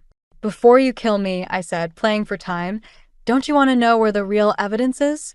Callum's smile faltered. "What real evidence?" "Dad's backup plan. The one even Marcus didn't know about." I forced a laugh. "Did you really think he'd trust everything to one person?" The men exchanged glances. Judge Matthews stepped forward. "Where is it?" "In a safe deposit box. Time locked. If I don't enter the code every 24 hours, everything goes public." "She's bluffing," Callum snapped, but uncertainty crept into his voice. A siren wailed in the distance, growing closer. "Maybe I am," I said. "Want to risk it?" Because this time, I made sure everyone would know exactly who to blame for my death. The sirens were definitely heading our way now. Judge Matthews grabbed Callum's arm. "We need to go. Now." They rushed out the back door, just as police cars screeched to a stop outside. Mom burst in through the front, followed by FBI agents. Real ones this time. "Marcus?" I asked. "Safe," Mom said, hugging me. "He called us as soon as he spotted them following you." I sagged against her, the adrenaline draining away. We'd gotten what we needed. Judge Matthews and his thugs on camera, confessing to Dad's murder. But Callum had slipped away again. "He'll be back," I said, watching the agents photograph the vial they'd left behind. "He won't be able to help himself." Mom squeezed my hand. "Then we'll be ready." But as I stood in my darkened office, surrounded by evidence of how deep the corruption went, I wondered if anyone could ever really be ready for what was coming next. 3 days after the confrontation at my boutique, Callum walked right into our trap. He showed up at Dad's estate auction, the one I'd arranged to settle outstanding debts. The great room was packed with potential buyers, but I spotted him immediately, lurking near the back. He'd grown careless, desperate, just as Dad's notes predicted he would. "Law 156, the auctioneer announced. "Arthur Everly's private safe contents, unopened. Bidding starts at 50,000.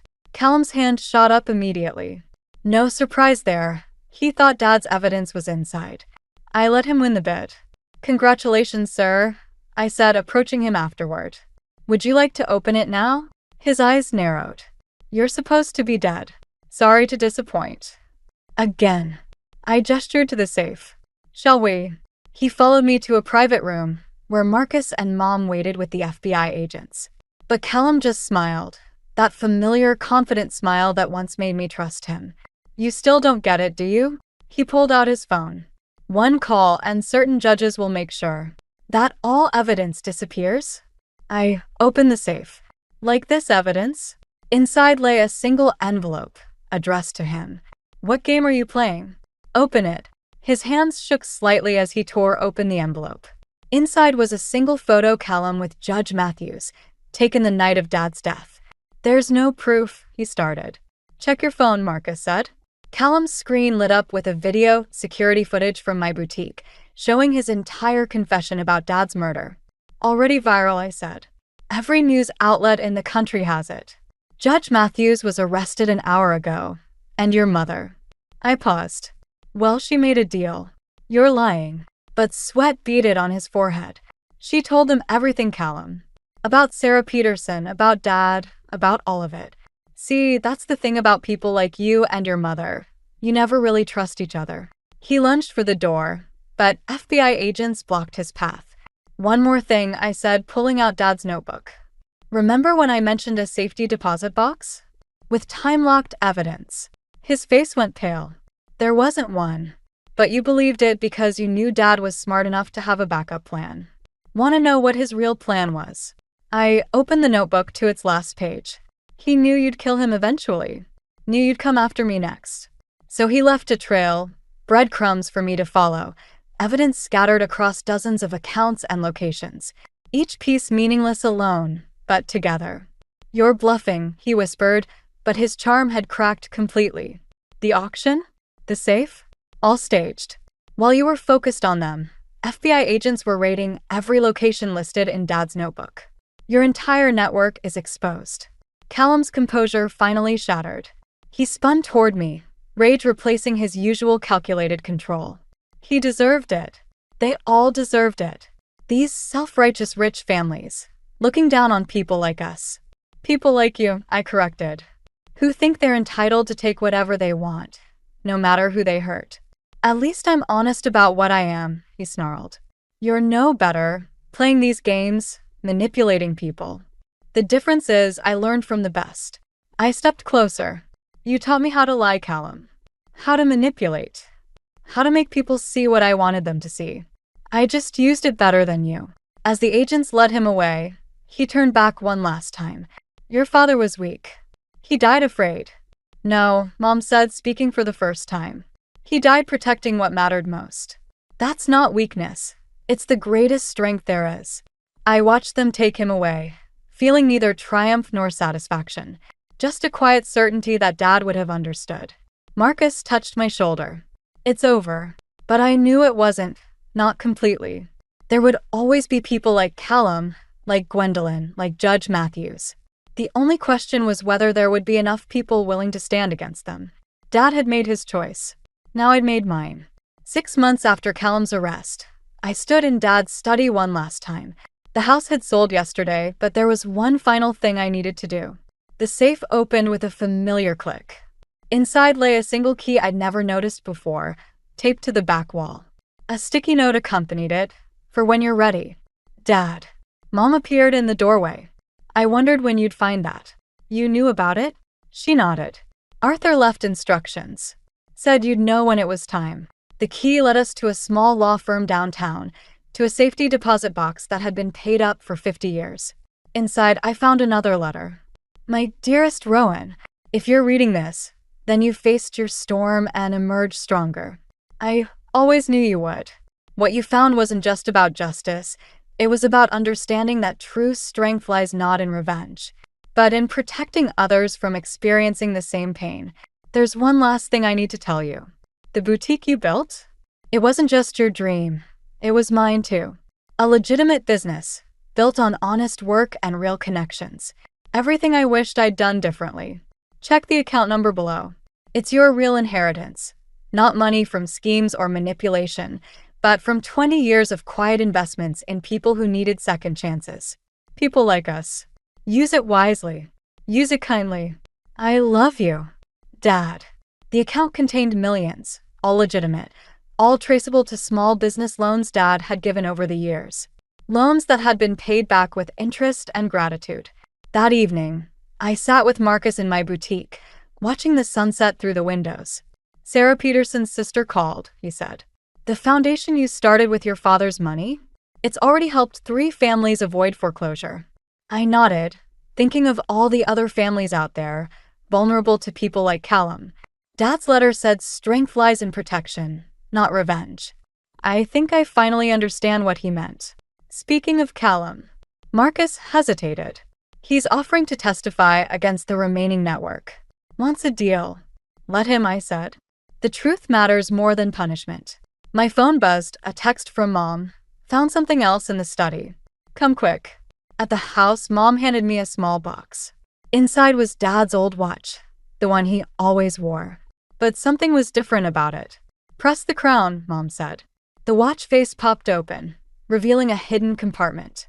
Inside was a micro SD card and another note. For the next time someone like them comes along. Because they always do. Love, Dad. I smiled, sliding the card into my phone. More evidence, more names, more connections. Dad's insurance policy for the future. He knew, didn't he? I asked Mom. Knew I'd have to face something like this eventually? He knew you'd be strong enough when you did. She squeezed my hand. The question is, what will you do now? I thought about the foundation, about Dad's network of quiet investments, about all the people still vulnerable to schemes and manipulation. I'm going to do what Dad did, I said. Watch. Protect. Build something real. And if someone else like Callum comes along? I touched the watch, thinking of all it represented. Not just evidence and protection, but a father's love and foresight, a legacy of quiet strength. Then they'll learn what we learned, I said. That real power isn't in taking. It's in giving people the means to protect themselves. As we locked up the house one last time, I caught a glimpse of my reflection in the window. Stronger now, wiser, but still my father's daughter. Still carrying his legacy, but making it my own. The next morning, I opened my boutique early. A young woman waited outside, desperate, afraid, clutching papers that looked suspiciously like the ones Callum used to prepare. Can you help me? She asked. Someone said you might understand. I touched Dad's watch, feeling its weight against my wrist, and opened the door wider. Come in, I said. Let's talk about second chances. Some legacies, I've learned, aren't about money or revenge or even justice. They're about the choices we make when facing the darkness, and the light we choose to share afterward. Dad taught me that, and I intend to teach others. I never thought a simple text message would destroy my marriage, but there it was, glowing on my husband's phone at 2:47 a.m. Can't wait to see you tonight. My name is Harper, and until that moment, I thought I had the perfect life. A beautiful 4-year-old son, a successful husband, and a cozy house in the suburbs that I'd spent countless hours making into a home. I was even starting to get recognition for my graphic design work. Everything seemed right. I wasn't snooping, not really. Ethan's phone had been buzzing repeatedly, and I reached over to silence it so it wouldn't wake him. That's when I saw it, a message from someone saved simply as V. My hands trembled as I stood in our dark bedroom, the blue light from his phone casting strange shadows on the wall. Ethan slept peacefully, one arm thrown carelessly across my empty side of the bed. He looked so innocent, the same man who'd brought me coffee every morning for the past 6 years. Mommy, Lucas's small voice made me jump. I quickly set the phone down and turned to find my son rubbing his eyes in the doorway, clutching his stuffed dinosaur. Hey, buddy, I whispered, guiding him back to his room. Bad dream? He nodded, climbing into his race car bed. The monsters were chasing me again. I sat on the edge of his bed, running my fingers through his soft brown hair, so much like his father's. No monsters can get you here, remember? Mommy and Daddy won't let them. Promise. Promise. The word felt like ash in my mouth. After Lucas fell asleep, I returned to our bedroom. Ethan's phone was exactly where I'd left it, but now it felt like a bomb waiting to detonate. I picked it up again, my heart pounding as I scrolled through his messages. The conversation with V went back weeks, filled with inside jokes and subtle innuendos that made my stomach turn. Coming to bed? Ethan's sleepy voice startled me. I set the phone down carefully, forcing a smile. Just checking the time. Lucas had another nightmare. Poor kid. Ethan yawned and rolled over. You're the best mom, you know that? I slid under the covers, keeping as much distance between us as possible. Thanks, I managed to say. As I lay there in the dark, listening to Ethan's steady breathing, my mind raced through the past few months. The late meetings, the business trips that seemed to multiply, the new cologne I'd noticed last week. All the little things I'd dismissed suddenly formed a pattern I couldn't unsee. My sister Emily had warned me about Ethan's charm when we first started dating. "He's too smooth," she'd said. "Nobody's that perfect." But I'd been so sure she was wrong. So certain that our love was different. Morning came too quickly. I watched Ethan get ready for work, noting how carefully he chose his tie, how he checked his reflection just a little too long. He kissed me goodbye like always, but now it felt like a stranger's lips against my cheek. "Big presentation today," he said, adjusting his cuffs. "Might be home late." "Of course," I replied, wondering if V would be there. After he left, I sat at our kitchen island, staring at my untouched coffee until it went cold. The house felt different somehow, larger and emptier, like a stage set where I was suddenly aware of all the props and fake walls. My phone sat heavy in my hand as I pulled up the contact for Jake Thompson, private investigator. Emily had used his services during her divorce last year. I never thought I'd need to save his number. I took a deep breath and pressed call. As the phone rang, I caught my reflection in the window. I barely recognized the woman staring back at me. But in her eyes, I saw something new emerging through the hurt: determination. Meeting Jake Thompson felt surreal, like I was watching someone else's life unfold. We sat in a quiet corner of a coffee shop across town, far from anywhere Ethan might show up. The investigator looked nothing like I'd imagined, more like a tired high school teacher than the hardened detective I'd pictured. "Your sister Emily spoke highly of you," he said, sliding a business card across the table. "Though I'm sorry you need my services." I wrapped my hands around my coffee cup, seeking warmth. "I need to know for sure.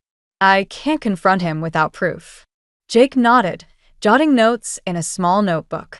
The not knowing is usually worse than the truth. "When did you first notice changes in his behavior?" Before I could answer, my phone buzzed. Ethan's face lit up my screen, and my stomach lurched. "Hey," I answered, trying to keep my voice steady. "Harper, I've got great news." His enthusiasm felt like a knife twist. "Remember that promotion I've been working toward? They're fast-tracking me for it. We should celebrate tonight. I'll make reservations at Bellini's." "Tonight?" I glanced at Jake, who was pretending to be fascinated by his coffee. I already promised Emily I'd help her with something." A pause. "Emily? Since when do you have plans with Emily on a Tuesday?" "Since she asked for help with her website redesign." The lie came easily, surprising me. "Rain check." "Sure," he said, but his tone had shifted. "Everything okay? You've seemed distant lately." I closed my eyes, fighting back tears. "Just busy with work. We'll celebrate another time." After hanging up, Jake looked at me thoughtfully. "That promotion he mentioned, is it with Green and Associates?" "Yes, why?" "Might be relevant. They've had some interesting internal changes lately." He made another note. "Does the name Vanessa Green mean anything to you?" My coffee turned to acid in my stomach. "Green? Like the company. The founder's daughter. Recently joined the executive team." The pieces started falling into place. The late meetings, the sudden focus on his appearance, the text messages. "V," I whispered. Jake's expression softened. "I'll start digging today. Give me a week." That evening, I sat with Lucas at dinner, watching him arrange his dinosaur nuggets in a circle. Ethan's empty chair seemed to mock me. "When's Daddy coming home?" Lucas asked, pushing a nugget toward the center of his plate. "Late, buddy.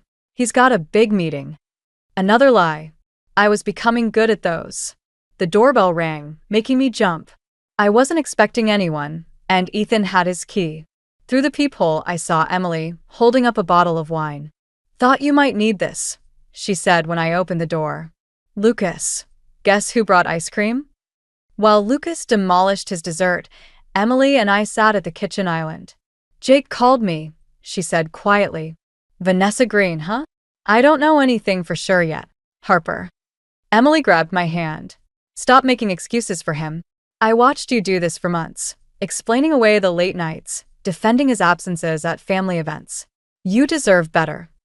"It's not that simple." I pulled my hand away. We have Lucas to think about. And what's Lucas learning right now? That it's okay for his father to. Mommy, Lucas called from the living room. Can we watch a movie? Sure, sweetie. Pick one out. I turned back to Emily. I need proof first. Real proof. Emily's phone chimed. She glanced at it, then did a double take. Speaking of proof, she handed me her phone.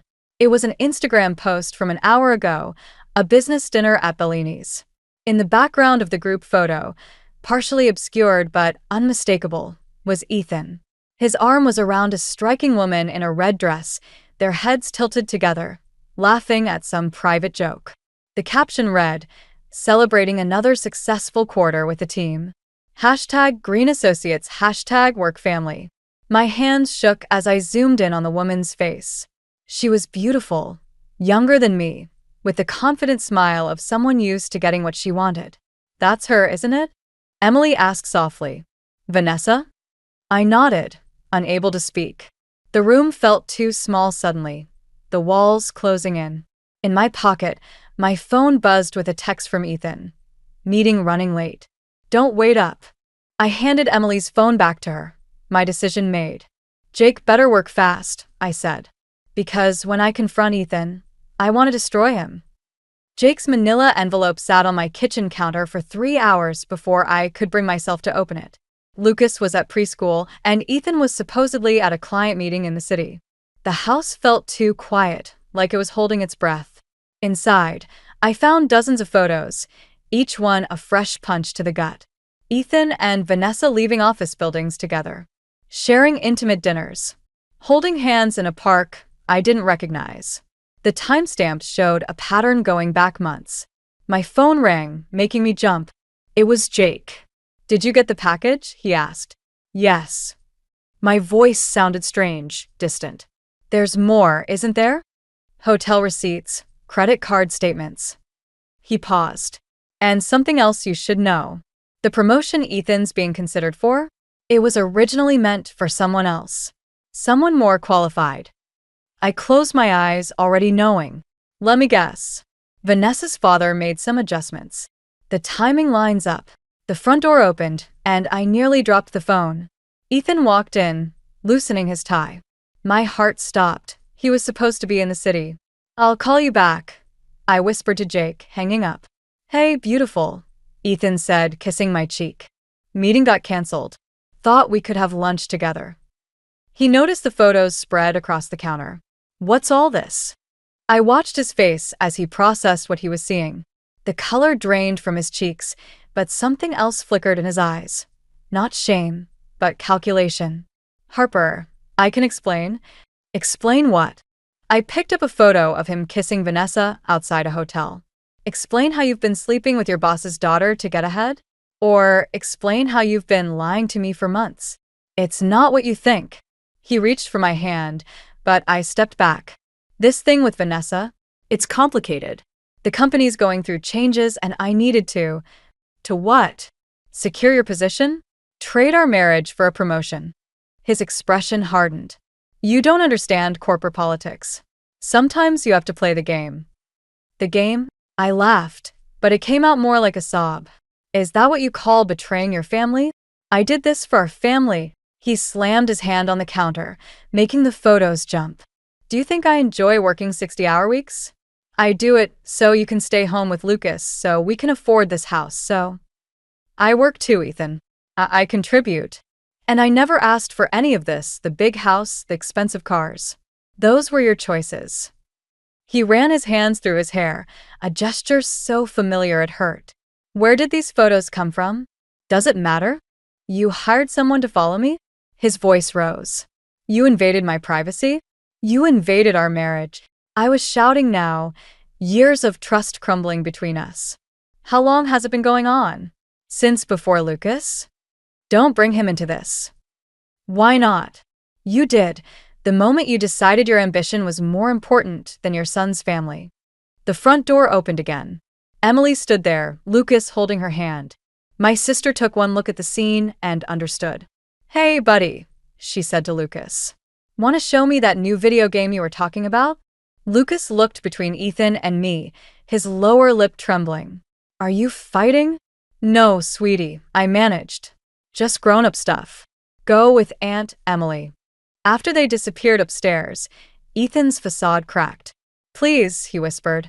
"We can work this out. I'll end it with Vanessa. I'll find another job." I picked up another photo, this one of them laughing together at what looked like a company party. Their body language spoke of intimacy, of shared secrets, of betrayal. You know what hurts the most? I gathered the photos into a neat pile. Not the affair. Not even the lies. It's that you really believe you did this for us. Harper. I want you out. My voice was steady now, certain. Today. And when you explain to Lucas why Daddy's not coming home tonight, I hope you remember it was your game that brought us here. I walked upstairs to my son, leaving Ethan standing in the kitchen with the evidence of his choices scattered around him. Each step felt like moving through water, but I kept going. There would be time for breaking down later. Right now, Lucas needed his mother to be strong. Behind me, I heard Ethan's keys hit the counter, followed by the soft click of the front door closing. The first week after Ethan left, I threw myself into work, taking on extra freelance projects to keep my mind occupied. Lucas kept asking when Daddy was coming home, and each time, the lie stuck in my throat.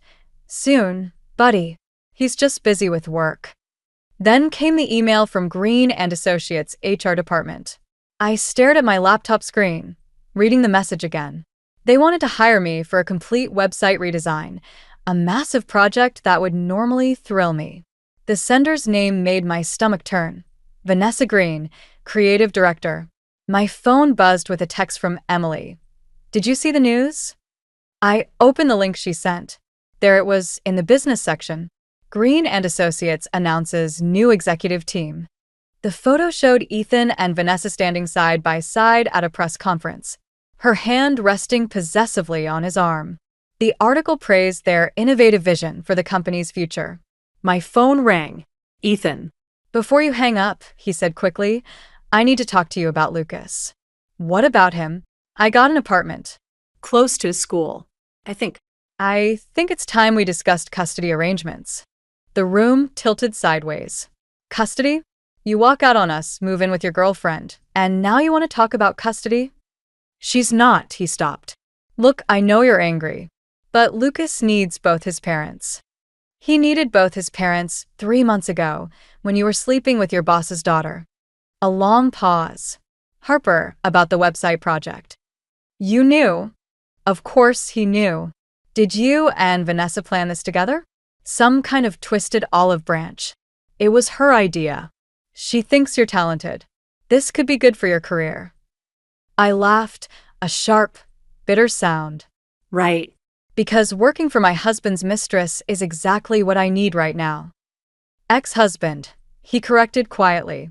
"The papers are being drawn up." The words hit me like a physical blow. Even though I'd known this was coming, hearing him say it made it real. The doorbell rang. Through the window, I saw Jake Thompson standing on my porch. "I have to go," I told Ethan, hanging up before he could respond. Jake looked grim. "We need to talk," he said when I opened the door. "There's more to the Green and Associates situation than we thought." He spread documents across my kitchen table, financial records, emails, meeting minutes. Ethan's promotion wasn't just about his relationship with Vanessa. They needed him specifically. Why? Because he knows where the bodies are buried. Jake pointed to a series of transactions. The company's been cooking their books for years. Ethan was in charge of certain creative accounting practices. My hands shook as I examined the papers. "Are you saying he's involved in fraud?" "I'm saying he knows enough to bring down the whole company, which makes him either very valuable," Jake paused meaningfully, "or very dangerous." "Does Vanessa know about this?" "That's the interesting part." Jake pulled out another document. "These transfers suggest she's been gathering evidence against her own father's company for months. And now she's put Ethan in a position where he has to choose her or his career." I sat back, processing this new information. So, the website project could be a peace offering, or a way to keep you quiet. Jake leaned forward. "The question is, what are you going to do with this information?" Before I could answer, my phone lit up with a text from an unknown number. We should talk. Coffee tomorrow? Vanessa. I showed Jake the message. He whistled softly. Careful. This could be a trap. Or it could be my chance to understand what's really going on. I thought of Lucas, of the custody battle looming ahead. Knowledge is power, right? Just remember who you're dealing with. Jake gathered his documents. These people play for keeps. After he left, I stood at my kitchen window, watching the sunset paint the sky in shades of red. The same colors Vanessa wore in that first photo at Bellini's. I picked up my phone and typed, "Name the place." Sometimes the best revenge isn't about destroying someone. Sometimes it's about understanding them well enough to make them destroy themselves. The cafe where I agreed to meet Vanessa was exactly what I expected: sleek, modern, and probably charging $15 for a latte. She sat at a corner table, wearing a cream-colored blazer that probably cost more than my monthly mortgage payment.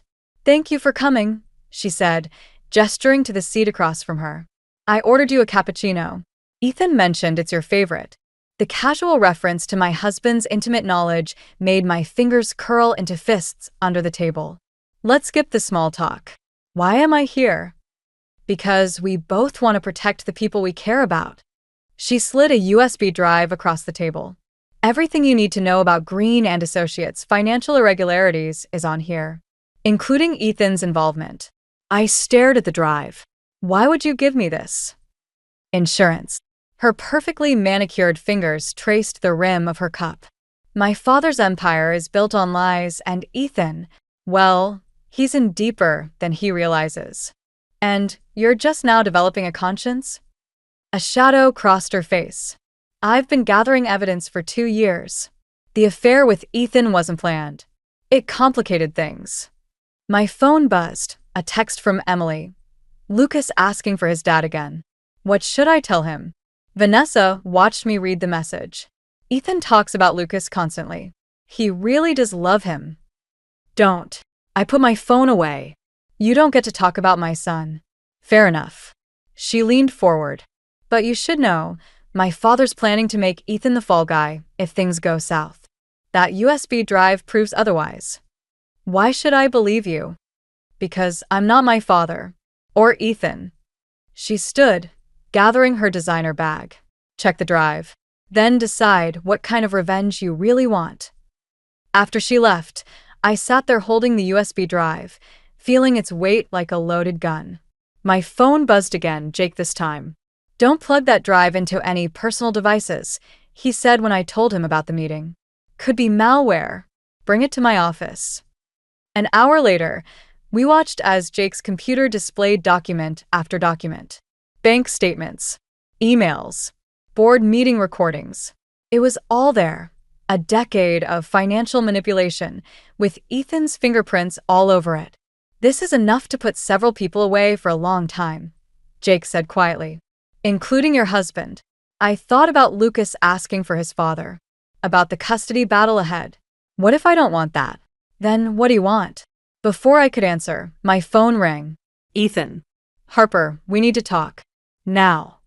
His voice was tight with panic. Vanessa's father knows about the investigation. He's calling an emergency board meeting tomorrow. And he's going to pin everything on me unless I give him something better. The pieces clicked into place. Vanessa hadn't just given me insurance, she'd given me a weapon. The USB drive, I said. That's what this is about. You have it. Relief flooded his voice. Harper, please. If this gets out, I'll lose everything. Lucas will lose his father. You should have thought about that before you started sleeping with the boss's daughter. This isn't about the affair anymore. He was shouting now. This is about our son's future. No. I cut him off. This is about you facing consequences for once in your life. Silence stretched between us. When he spoke again, his voice was different, smaller, more honest than I'd heard in years. What do you want? I looked at the USB drive, thinking about Vanessa's words about revenge, about what kind of justice I really wanted. Full custody of Lucas, I said. A fair divorce settlement. And you come clean to our son about why you left. No more lies about work trips or late meetings. That's it. That's it. I turned to Jake, who nodded approvingly. Because unlike you and the Greens, I don't need to destroy someone to feel powerful. After hanging up, I handed the USB drive to Jake. Make copies, I said, just in case Ethan forgets our deal. Sometimes the best revenge isn't about winning. It's about choosing when to stop playing the game. The divorce papers arrived on Lucas's 5th birthday. I found them wedged between cheerful cards from relatives and a package from Emily. Perfect timing, as always. Ethan had signed them already, his signature as confident as ever. I set them aside and focused on hanging streamers, determined not to let them ruin today. Lucas deserved one normal celebration, even if nothing else in his life felt normal anymore. The cake's here. Emily called from the kitchen. And Jake's bringing extra ice cream. I was arranging presents when the doorbell rang. My heart stopped. It was too early for party guests. Through the peephole, I saw Ethan, holding a wrapped gift and looking more disheveled than I'd ever seen him. I know I'm not invited, he said when I opened the door. But it's his birthday. Before I could respond, Lucas came running. Daddy. Ethan caught him in a hug, and for a moment, I saw genuine joy break through his carefully maintained facade. Hey, buddy. Happy birthday. Are you staying for my party? The silence that followed felt endless. Actually, Emily appeared behind me. Lucas, honey, why don't you help me with the balloons? After Lucas disappeared inside, Ethan's shoulders slumped. Harper, I need to tell you something. The board meeting, it didn't go well. What happened to our deal? They had more evidence than we thought. Things not even on that USB drive. He ran a hand through his unkempt hair. They're launching a formal investigation. I might be facing charges. The world tilted sideways. Charges? As in criminal charges. I've been advised to leave the country. His words hit like physical blows. Tonight. What about Lucas? That's why I'm here. I need to say goodbye. Rage rose in my throat. No. You don't get to disappear from his life. Not like this. I don't have a choice. His composure cracked. If I stay, I'll end up in prison. Is that what you want? What I want? I stepped closer, keeping my voice low so Lucas wouldn't hear. I wanted a husband who wouldn't betray his family. I wanted a father for my son who wouldn't run away when things got hard. I wanted. Mom. Lucas called from inside. When are my friends coming? I closed my eyes, fighting back tears. Go inside. Say goodbye if you must. But make it quick and make it kind. He's 5 years old. He doesn't deserve to carry your guilt. Watching Ethan explain to our son why he had to go away, using words like business trip and special project, was like watching a car crash in slow motion. Lucas's face crumpled with each vague promise about calling and visiting soon. After Ethan left, the party went on as planned. Kids played, cake was eaten, presents were opened. But Lucas's eyes kept drifting to the door, waiting for his father to return.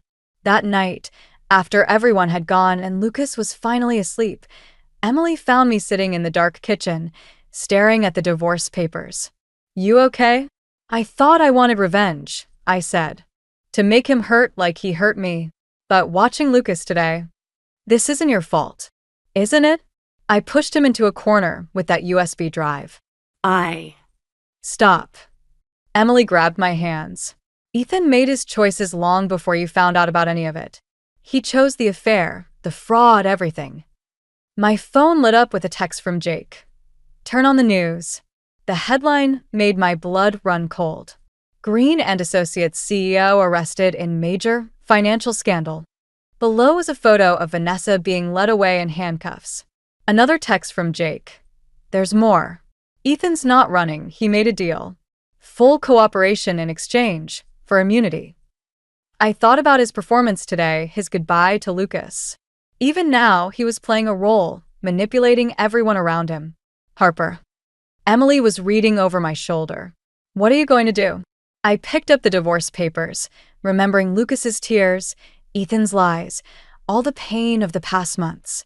I'm going to tell our son the truth. I said. All of it. Because someone in his life needs to show him what honesty looks like.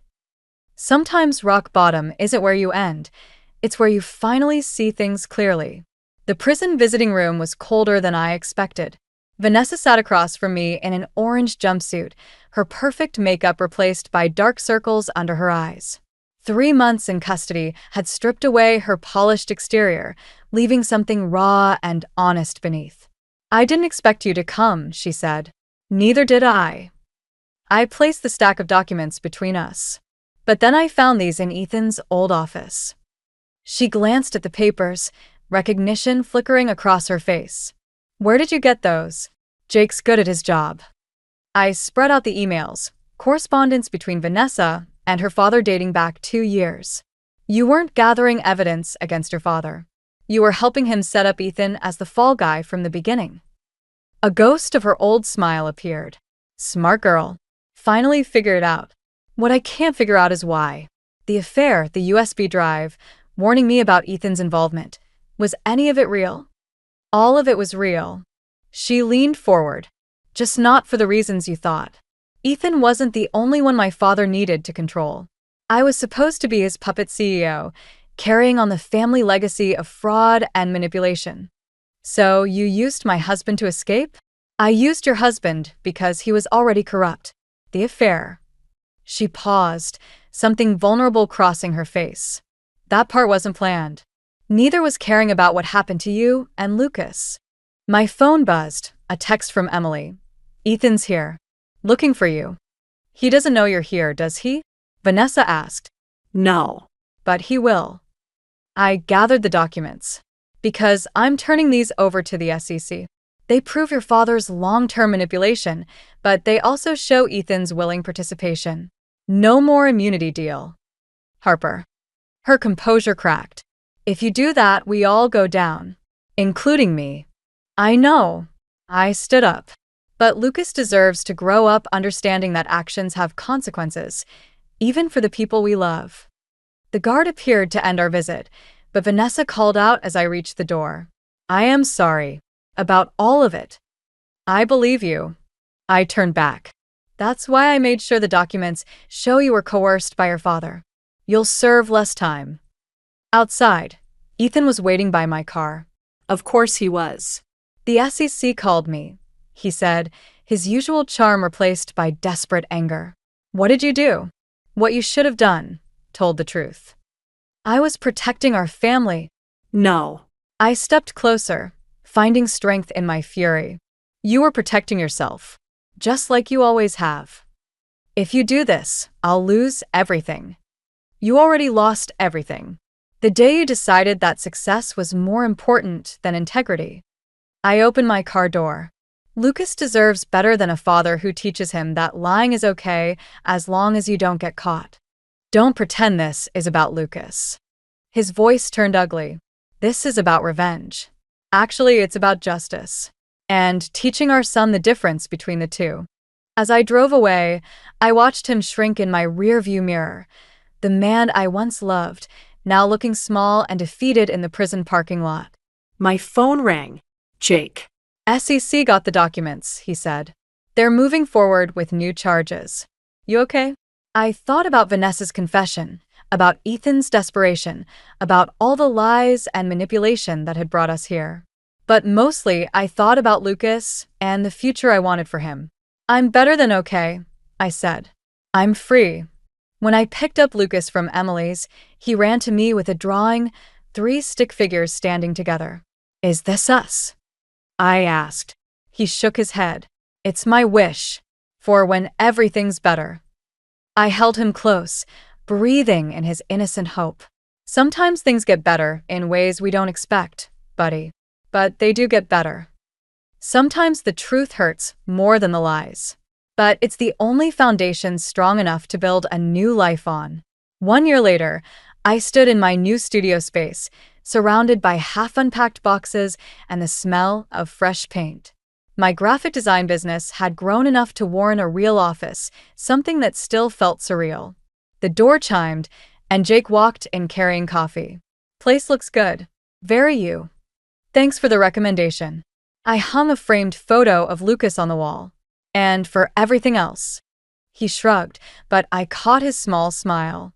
Over the past year, he'd become more than just the investigator who helped uncover my husband's betrayal. He'd become a friend.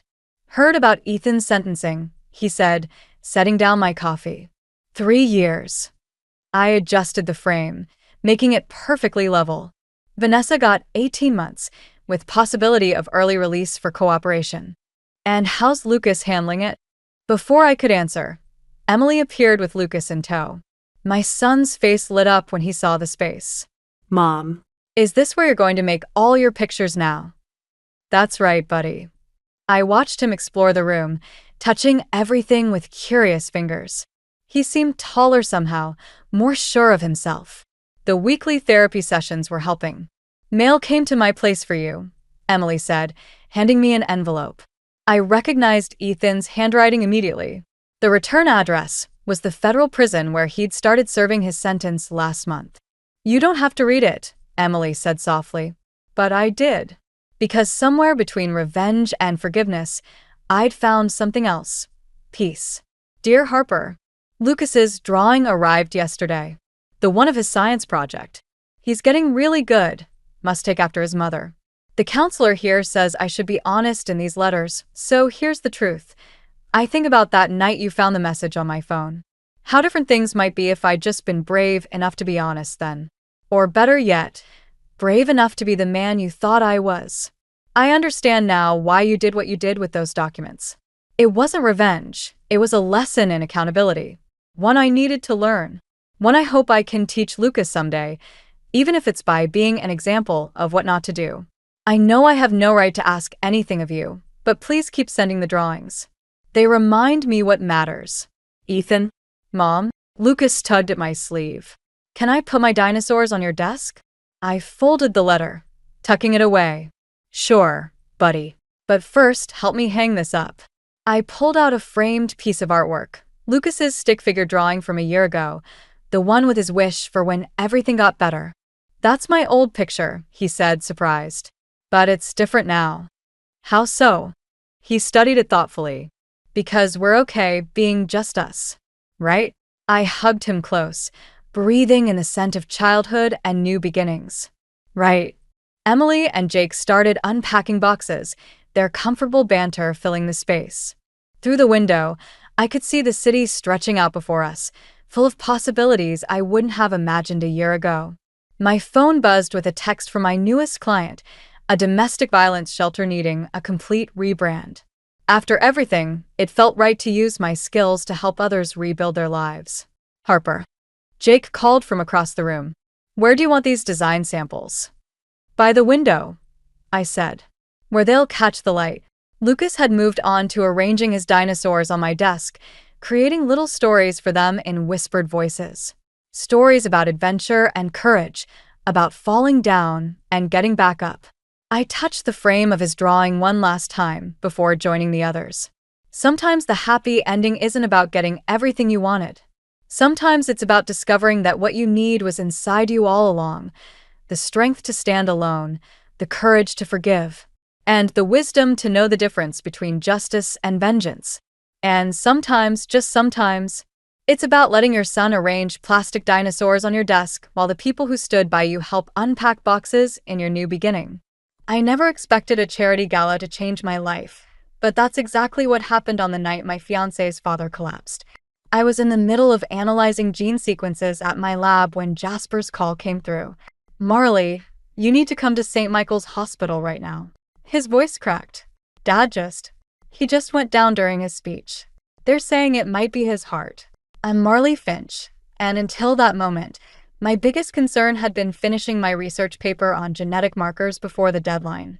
Now, as I rushed through the hospital's automatic doors 20 minutes later, that seemed laughably unimportant. The emergency room waiting area was a scene of controlled chaos. Jasper's mother, Lorraine, paced in her designer gown, her perfectly manicured fingers clutching her phone. She barely acknowledged my presence with a slight nod. Typical. Jasper stood when he saw me, his bow tie hanging loose around his neck. They're running tests, he said, pulling me into a tight hug. God, Marley, One minute he was thanking everyone for supporting the foundation, and the next, "He's in good hands," I assured him, though my stomach churned at the sight of his pale face. I'd never seen Jasper this shaken before. A doctor emerged from the treatment area, her expression grave. "Mrs. Caldwell, your husband's condition is critical. His kidneys are failing, and we've detected severe damage to his liver." Lorraine's hand flew to her throat. "But how? Reggie's always been healthy. We're still running tests, but right now our primary concern is finding a compatible donor. Given the urgency, family members would be our best option." "I'll do it," Jasper said immediately. "Whatever he needs." The doctor nodded. "We'll need to run compatibility tests. If you'll come with me." As Jasper followed the doctor, Lorraine finally turned her full attention to me. "This is a family matter," she said, her voice low and clipped. "Perhaps you should head home." Before I could respond, my phone buzzed. It was my mom, Evelyn. "Everything okay, honey? You left the apartment in such a rush." "Reggie Caldwell's in the hospital," I said, moving away from Lorraine. "It's pretty serious." There was a long pause. "Oh." Just that one syllable. But something in my mother's voice made me frown. "Do they know what's wrong?" "Organ failure. They're testing Jasper now for compatibility." Another pause. "Marley, maybe you should." "Dr. Anderson to emergency stat." The overhead announcement cut through our conversation. I watched as medical staff rushed toward the treatment area. "Mom, I have to go. I'll call you later." I hung up just as Jasper returned, looking confused. "They're saying something's weird with my blood work. They need to run more tests." My research brain kicked in. "What kind of weird?" "I don't know. Something about blood types not matching up right." He ran his hands through his hair. I can barely think straight. As a geneticist, that detail snagged my attention. Blood types follow clear inheritance patterns. It's basic genetics. But before I could ask more questions, alarms started blaring from Reggie's room. The next few hours passed in a blur of medical terms and worried conversations. By morning, Reggie was stable but critical. Jasper had fallen asleep in an uncomfortable chair, and Lorraine had retreated to make phone calls. I sat there, watching the sunrise through the window, when Felicity, Jasper's aunt, arrived. She took one look at the scene and went pale. "How bad?" she whispered. "He needs a transplant," I said. "They're having trouble finding a match." Felicity's eyes darted to Jasper's sleeping form, then back to me. "No match yet." Something about her tone made me look at her more closely. She wouldn't meet my eyes. "Is there something I should know?" I asked quietly. She straightened her shoulders. "No, of course not. I should go check on my sister." But as she walked away, I couldn't shake the feeling that I'd just witnessed the tip of something much bigger. Between my mother's odd reaction, Jasper's blood work issues, and now Felicity's strange behavior, my scientific mind was starting to piece together a puzzle I wasn't sure I wanted to solve. After 36 hours at the hospital, Jasper finally agreed to come home and rest. The drive back to our apartment was silent, heavy with unspoken worries. I kept thinking about those blood test results, but every time I opened my mouth to ask about them, I saw the exhaustion in Jasper's face and stopped myself. Our apartment felt different somehow. The engagement photos on the walls seemed to mock us with their carefree smiles. Jasper headed straight for the shower while I called my mom. "I'm coming over," she said before I could protest. "You both need a proper meal, and I've got leftover lasagna." 20 minutes later, my mother arrived with enough food to feed an army. She took one look at Jasper, freshly showered but still looking lost, and went into full nurse mode. "Sit," she commanded. "When was the last time you ate something that wasn't from a vending machine?" Jasper managed a weak smile. "I honestly can't remember, Evelyn." As my mother busied herself in the kitchen, I noticed how her hands shook slightly while handling the dishes. Something was off. Mom was usually rock solid in a crisis. It's what made her such a great nurse. "The doctors say Dad's stable for now," Jasper said, picking at his food. "But without a compatible donor." My mother dropped a fork. The clatter made us both jump. "Sorry," she muttered, but her face had gone pale. "Just tired. Long shift yesterday." Before I could question her reaction, Jasper's phone rang. It was Lorraine. "Yes, Mother," he said, his voice tightening. "No, I don't think— Yes, I understand, but—" He pinched the bridge of his nose. Fine. We'll be there in an hour. What's wrong? I asked after he hung up. Mother's organizing a family meeting at their house. Says we need to discuss arrangements while Dad's incapacitated. He looked at me apologetically. She wants you there too. The Caldwell mansion always made me feel small, but today it felt suffocating. Lorraine had gathered the family in the formal living room, all crystal chandeliers and antique furniture that nobody actually sat on. Felicity was already there, perched on the edge of a Victorian settee like she might bolt at any moment. She barely met my eyes when we walked in. Jasper, darling. Lorraine swooped in, air-kissing his cheeks. And Marley. Her pause before my name spoke volumes. I heard voices from the study, Lorraine's lawyer, apparently, discussing power of attorney. I excused myself to use the bathroom, but paused in the hallway when I heard my name. That girl is becoming a problem, Lorraine was saying. A scientist? From that background? Really, Felicity, you know what Reggie would want for Jasper. Lorraine, now isn't the time. It's exactly the time. With Reggie incapacitated, we need to protect the family's interests. That includes making sure Jasper doesn't make any unfortunate decisions. My hands clenched into fists. I dealt with Lorraine's thinly veiled contempt for years, but this was different. This felt calculated. There you are. Jasper's voice made me jump. He frowned at my expression. Everything okay? Before I could answer, my phone buzzed. A text from the hospital lab. I'd called in a favor from a colleague to look at Jasper's blood work. Results don't make sense, the text read. Patient's blood type impossible given listed parents. Might want to double-check family history. My stomach dropped. I looked at Jasper, at his familiar features that I'd always thought came from Reggie. But now, Marley. Jasper touched my arm. You look like you've seen a ghost. Just tired, I lied, pocketing my phone. Maybe we should go home. Not yet. Lorraine appeared in the hallway. The lawyer needs to discuss the foundation's succession plans. Jasper, come with me. Marley, perhaps you'd be more comfortable waiting out here. As they disappeared into the study, I caught Felicity watching me. The guilt in her eyes told me everything I needed to know. Something was very wrong with the Caldwell family tree, and I was beginning to suspect it had roots in my own past. The scientist in me needed answers, but the woman who loved Jasper was terrified of what those answers might reveal. The lab results haunted me for days. I couldn't sleep, couldn't focus at work, and definitely couldn't look Jasper in the eye without feeling like I was betraying him somehow. Finally, I called Tess and asked her to meet me at our usual coffee spot. You look like hell, she said, sliding into the booth across from me. I pushed my laptop toward her. Look at these blood type results. Tell me I'm not crazy. Tess, a medical researcher herself, studied the screen. Her eyebrows shot up. This can't be right. If these are Jasper's results, and Reggie's his father. She trailed off, frowning. Exactly. It's genetically impossible. Holy shit. Tess leaned back. Does Jasper know? How am I supposed to tell him? Hey, honey. By the way, the man you're trying to save might not actually be your father. The barista brought our drinks, and I noticed my hands shaking as I reached for my cup. There's more, I said quietly. My mom's been acting weird ever since Reggie collapsed. And yesterday I found this. I pulled out an old photograph I discovered while searching through Mom's storage boxes. It showed a much younger version of her at what looked like a company party.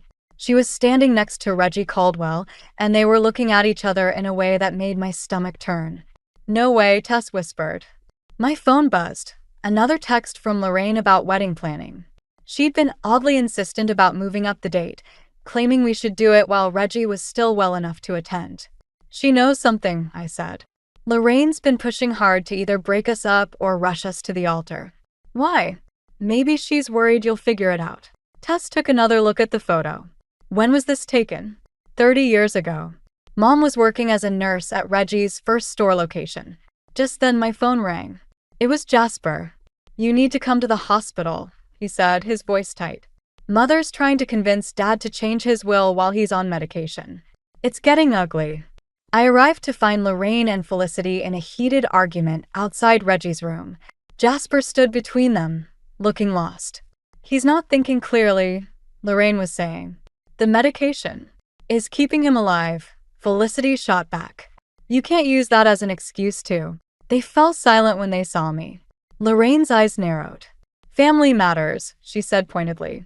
I am family, I replied, surprising myself with my steadiness. Or I will be soon. Will you? Lorraine's smile was razor-sharp. Are you sure about that? Mother, Jasper warned, but I was already moving past them into Reggie's room. He looked worse than before, pale against the hospital sheets. His eyes opened when I approached. Marley, he said weakly. I need to tell you. Not now, darling. Lorraine interrupted, suddenly beside me. You need your rest. But Reggie grabbed my hand, his grip surprisingly strong. Your mother, he started. That's enough. Lorraine's voice cracked like a whip. Felicity stepped forward. Lorraine, maybe it's time. Get out. Lorraine pointed at the door. All of you out. As we filed into the hallway, I caught Felicity's arm. What was he trying to tell me about my mother? She pulled away, but not before I saw tears in her eyes. Ask Evelyn about the summer of '93, she whispered. Ask her about the company picnic. Back in the hallway, Jasper was staring at his phone. The lab sent over more test results, he said. They're saying. He looked up at me, confusion clouding his features. They're saying I can't be a donor because there's no genetic match. How is that possible? Behind him, I saw Lorraine's face go white. Our eyes met, and in that moment, I knew she'd been keeping this secret for 30 years. The truth was right there, waiting to destroy everything, and I was the one holding the match. I spent 3 days avoiding Jasper's calls while I tried to figure out what to do with the truth burning a hole in my pocket. The old photo of Mom and Reggie sat on my desk like a ticking bomb, while dozens of unanswered messages filled my phone. Finally, Jasper showed up at my lab. You can't just disappear on me, he said, his voice tight with hurt. Not with everything that's happening. I couldn't meet his eyes. Instead, I stared at the genetic analysis on my computer screen, the one that proved what I'd suspected since that day in the hospital. Talk to me, Marley. What's going on? Before I could answer, my phone buzzed. Lorraine's name flashed on the screen. I declined the call, but seconds later, a text appeared. We need to discuss what you think you know. Why is my mother texting you? Jasper asked, frowning at my phone. Because she's trying to protect her lies, I muttered, then immediately regretted it when I saw his expression. What lies? The lab door opened, and Tess walked in, freezing when she saw us. Oh, sorry, I didn't. No, stay, I said quickly. Having her there made me braver somehow. I need to show Jasper something anyway. My hands shook as I pulled up the blood type analysis. The reason you can't be a donor for Reggie. It's not just a simple mismatch. Marley, Tess warned, but I couldn't stop now. These markers show a complete genetic impossibility. According to this data, Reggie can't be your biological father. The silence that followed was deafening. Jasper stared at the screen, then at me, his face draining of color. That's impossible, he whispered. There must be a mistake. I ran the tests 3 times. I reached for the old photograph. And then I found this. Jasper took the photo, his hands trembling slightly. When was this? Summer of '93. 9 months before you were born. The lab door burst open. Lorraine stood there, breathing hard like she'd run all the way from the parking lot. That's enough, she snapped. Jasper, come with me. Now, did you know? Jasper's voice was barely audible. All this time, did you know? Lorraine's face hardened. This isn't the place. It's a simple question, Mother. Did you know? Everything I did was to protect you, she said, her composure cracking. To protect our family name. By lying to me my entire life? Jasper's laugh was hollow. Who is my real father? Lorraine's eyes darted to the photo in his hands, then to me. This is your fault, she hissed. You couldn't leave well enough alone, could you? Just like your mother, always destroying everything she touches. What does my mother have to do with this? I demanded, but something in Lorraine's expression made my blood run cold. Ask her about Thomas Bennett, she said, her voice dripping with venom. Ask her what really happened the night he disappeared. The name hit me like a physical blow. Thomas Bennett, I'd seen it before in old newspaper clippings I'd found while researching the Caldwell family history. He'd been Reggie's business partner until he vanished without a trace 30 years ago. Jasper looked between us, his world visibly crumbling. I need some air, he muttered, heading for the door. Just wait. I reached for him, but he pulled away. Don't, he said. Just don't. After he left, Lorraine turned to me with a smile that didn't reach her eyes. You wanted the truth? Congratulations. Now we all get to live with it. She walked out, leaving me standing there with Tess, the weight of unspoken secrets threatening to suffocate me. Thomas Bennett, I said quietly. Why does that name feel important? Tess was already typing on her computer. Because according to this old article, he was last seen leaving a meeting with Reggie Caldwell and a nurse named Evelyn Finch. My mother. The night before she left town, pregnant with me. The truth wasn't just uncomfortable anymore. It was dangerous. I found my mother in her garden, methodically pulling weeds like her world wasn't about to implode. The newspaper clipping about Thomas Bennett felt heavy in my pocket. Who was he? I asked without preamble. Mom's hands stilled in the dirt. She didn't turn around. Who? Thomas Bennett. Reggie's missing business partner. The man who disappeared the night before you left town, pregnant with me. The trowel in her hand clattered to the ground. When she finally faced me, her expression was one I'd never seen before. Raw fear. Where did you hear that name? Lorraine Caldwell seemed pretty interested in what you might know about his disappearance. Mom stood slowly, brushing dirt from her knees. Come inside. In her kitchen, she pulled a dusty box from the top shelf of her pantry. Inside was a stack of letters, all addressed to Thomas Bennett. He was your father, she said quietly. And he was going to leave everything, his family, his share of the business, to be with us. Her hands trembled as she sorted through the letters. The night he disappeared, he was meeting with Reggie to sign over his part of the company. I was supposed to meet them afterward, but when I got there, she swallowed hard. There was blood in Reggie's office. Not much, but enough. My phone buzzed, another message from Jasper. We need to talk. About everything. Did Reggie kill him? I asked, my voice barely a whisper. I don't know. Mom's eyes filled with tears. But Lorraine was there that night too. She saw me outside the office. The next day, she came to my apartment with an envelope full of cash and a warning. Leave town or she'd tell the police I was involved. So you ran. I ran to protect you. She grabbed my hand. Marley, you need to stop digging. These people, they're dangerous when they're cornered. My phone buzzed again. This time it was Felicity. Meet me at the hospital. There's something you need to see. I have to go, I said, standing. Marley, please. Did you ever think that maybe the truth would protect me better than lies? At the hospital, I found Felicity in Reggie's room. He was asleep, machines beeping steadily around him. Look at this, she said, handing me a folder. Inside were more blood test results, not Jasper's but Reggie's. These patterns, I muttered, scanning the data. They're similar too. To yours, Felicity finished. I had the lab run a comparison. Marley, Reggie isn't just Jasper's uncle. He's your father. The room spun. That's impossible. My father was Thomas Bennett. That's what Evelyn believed. But Reggie, he and your mother. It was before Thomas disappeared. A harsh laugh from the doorway made us both jump. Lorraine stood there, her perfect makeup unable to hide her fury. So now you know, she said. The great Reggie Caldwell, sleeping with his partner's girlfriend while playing the devoted family man. And you, she pointed at me, you're the living proof of his betrayal. Does Jasper know? I asked. Know what? That his fiancée is his cousin? That his whole life is built on lies. Lorraine's smile was cruel. Not yet. But imagine what it would do to him. You can't. Can't what? Tell the truth? Isn't that what you wanted? She stepped closer. Here's the deal.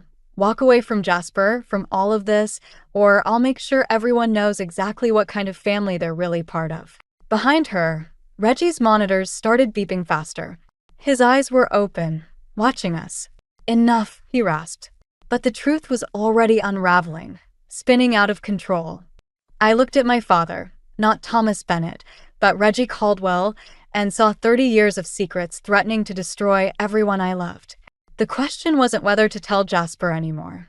The question was, who would break his heart first? The hospital room felt smaller with each passing second as Reggie struggled to sit up in his bed. Lorraine moved to stop him, but he waved her away. "Get out," he wheezed. "Both of you. I need to speak with Marley alone." Lorraine's face twisted. "You're not thinking clearly. Now."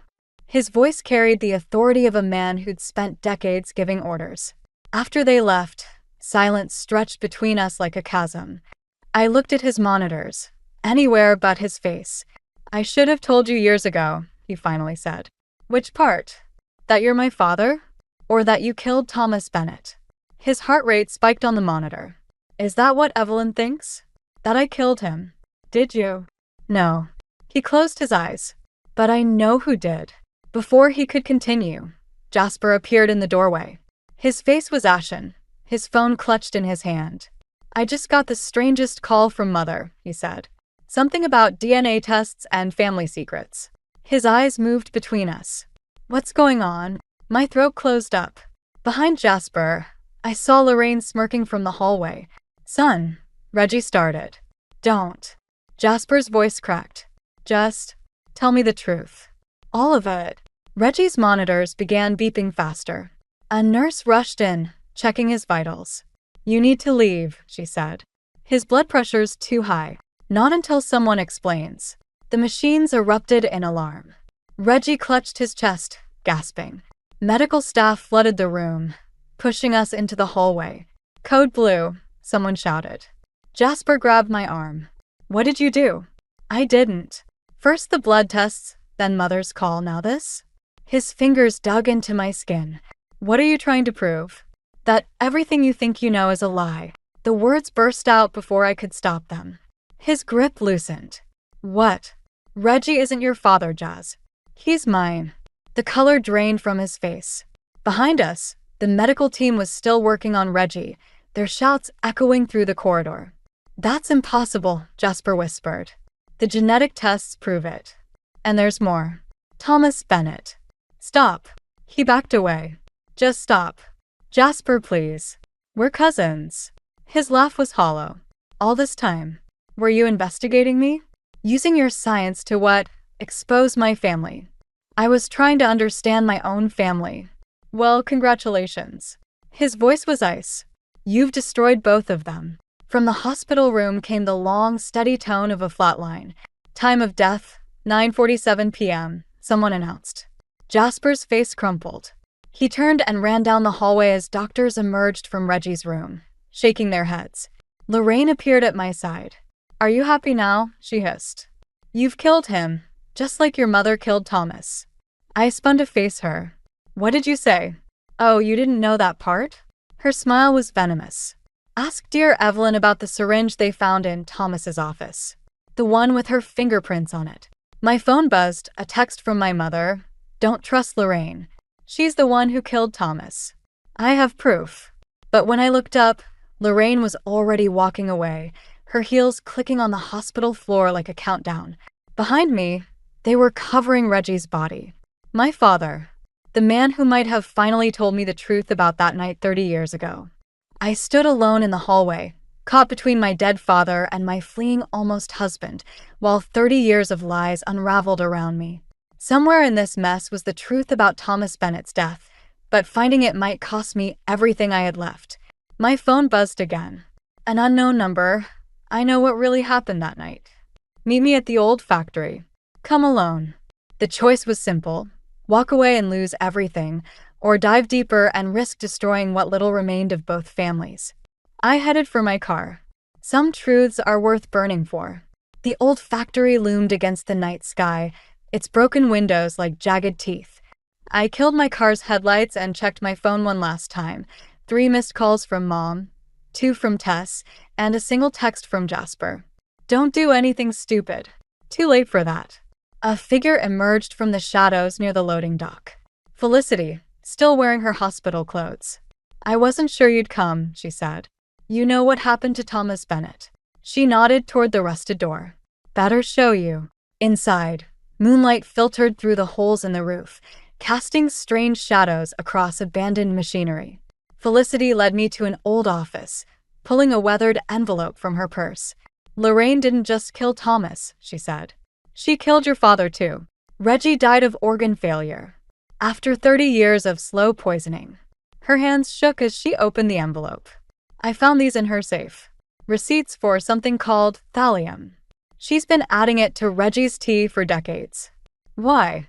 Because he was going to leave her for your mother. Another voice, Lorraine's, cut through the darkness. She stepped out from behind a column, holding something that glinted in the moonlight. A gun. Always the dramatic reveal. Felicity? Lorraine's laugh was brittle. Couldn't just let the past stay buried? Like you buried Thomas? I asked. Thomas was a mistake. He found out what I was planning for Reggie and threatened to expose me. She moved closer, the gun steady. But Reggie? That was art. Slow, untraceable, until you started digging. Footsteps echoed behind me. Jasper appeared, his face a mask of horror. Mother. Jasper. Lorraine's composure cracked. You weren't supposed to be here. I followed Marley. His voice was hollow. I don't know what I thought. But not this. Everything I did was for you, Lorraine insisted. To protect your inheritance, your future. By killing my father? His laugh was bitter. Which one? The man who raised me, or my real father? Thomas was weak, Lorraine spat. He would have ruined everything. Just like she's trying to do. The gun swung toward me. You want to know the truth, Jasper? Felicity pulled out another paper. Your real father was Thomas Bennett. And Lorraine killed him the night he was going to tell you. The gun wavered. Shut up. That's why she hates Marley so much, Felicity continued. Because Marley is living proof of what Reggie did, sleeping with Evelyn while Thomas was falling for Lorraine. Stop. Lorraine's finger tightened on the trigger. I saw it then. The same desperate need for control that had driven her to poison her husband, to kill Thomas, to manipulate everyone around her for decades. You can't shoot all of us, I said quietly. And you can't bury this truth. Watch me. She aimed at my heart. The gunshot was deafening. Lorraine screamed, the gun flying from her hand. Blood bloomed on her shoulder. My mother stepped from the shadows, holding a small revolver. 30 years ago, you made me run, she said. Not this time. Police sirens wailed in the distance. Jasper moved toward his mother, but stopped, his face conflicted. I called them, he said. When I followed Marley. I recorded everything. Lorraine lunged for her dropped gun. Another shot rang out, this time from a police officer entering through the back door. As they led Lorraine away in handcuffs, Jasper turned to me. We're not cousins. No. But we're still tangled in this mess. Yes. He looked at the factory's broken windows, at the moonlight painting shadows across 3 decades of secrets. I don't know if I can. I know, I said. Neither do I. Sometimes the truth doesn't set you free. Sometimes it just shows you how trapped you really are. Behind us, evidence teams began documenting 30 years of carefully constructed lies. Ahead of us lay the wreckage of 2 families bound by blood, betrayal, and a truth that none of us had wanted to find. 6 months after Lorraine's arrest, I stood in front of Reggie's grave with a handful of white roses. The autumn wind scattered leaves across the fresh dirt of Thomas Bennett's newly discovered remains, finally laid to rest in the plot next door. Ready? Jasper's voice was soft behind me. I nodded, placing the roses on both graves. We hadn't spoken much since that night at the factory, both needing time to process the wreckage of our shared history. But yesterday, he'd called. They're reading the will today, he said now, hands in his pockets. You should be there. The lawyer's office felt too small for the weight of everything that had happened. Felicity sat quietly in the corner while my mother held my hand. The envelope the lawyer produced bore Reggie's signature, dated just hours before his death. To my children, he began, both the one I raised and the one I should have. I squeezed Mom's hand as the lawyer detailed Reggie's final wishes. The eco-friendly store chain would be split equally between Jasper and me. But it was the second envelope that changed everything. In the event of my death, the lawyer read, this evidence should be turned over to the authorities. Inside were documents proving Lorraine had been embezzling from the company for years, funneling money into offshore accounts. The final piece of revenge from a dying man. He knew, Jasper said quietly, about the poisoning. He was gathering evidence all along. After the reading, Jasper and I walked through the park where we'd had our first date. The autumn colors reminded me of that night, Before we knew, we were part of a tragedy 30 years in the making. I found my father's journals, Jasper said suddenly. Thomas Bennett's, I mean. He wrote about you, about hoping to be there when you were born. My throat tightened. What are we supposed to do with all this? Maybe it's not about doing anything. He stopped walking. Maybe it's about accepting that our parents were just people, making terrible decisions out of love and fear and jealousy. A text buzzed on my phone. News from the prosecutor. Lorraine had accepted a plea deal. 20 years for 2 murders and 3 decades of poisoning her husband. She's not contesting anything, I told Jasper. Good. His voice was firm. Some truths shouldn't stay buried. We reached the pond where he'd proposed, back when our biggest worry was whether his mother would approve of my dress. I've been thinking, he said, about that genetic research project you started before all this. The one about inherited traits. I smiled despite myself. Bit close to home now. Maybe that's why it matters. He turned to face me. We're not our parents' mistakes, Marley. We're what we choose to do with the truth. And what do we choose? Instead of answering, he pulled out a small box. Not a ring this time, but a key. The old lab at the store's headquarters, he explained. We could turn it into a genetic research facility. Use our inheritance to help people understand their own stories. It wasn't forgiveness, not exactly. But maybe it was something better, a way to build something new from the ashes of our shared past. Partners, he asked. Partners, I agreed. Later that night, I found one last letter from Reggie, hidden in the will's envelope. The truth is both poison and cure, he'd written. Choose wisely which one you make it. I looked at the key in my hand, thinking about DNA and destiny, about choices and chances. Jasper and I might never fully untangle the roots of our family tree, but maybe we could grow something new, something honest, from its twisted branches. Sometimes the best revenge isn't about destroying the past. Sometimes it's about building a future strong enough to bear its weight. I picked up my phone and called Jasper. It was time to begin again. The sound of shattering glass jolted me awake. My heart hammered against my ribs as angry voices echoed through our 2-story colonial. I glanced at my phone, 2:17 a.m. This wasn't their usual fighting hour. My name is Eliora, but everyone calls me Eli. At 17, I'd gotten pretty good at reading the rhythm of my parents' arguments. This one felt different, more final somehow. How long? My father's voice cracked with an emotion I'd never heard from him before. How long have you been lying to me? I crept to my bedroom door, pressing my ear against the cool wood. Mom's response was too quiet to make out, but Dad's bitter laugh cut through the silence like a knife. 12 years, Blythe? Our entire marriage has been built on lies. My stomach dropped. 12 years. The same age as my half-sister, Zara. She was sleeping over at a friend's house tonight, thankfully missing whatever storm was breaking over our family.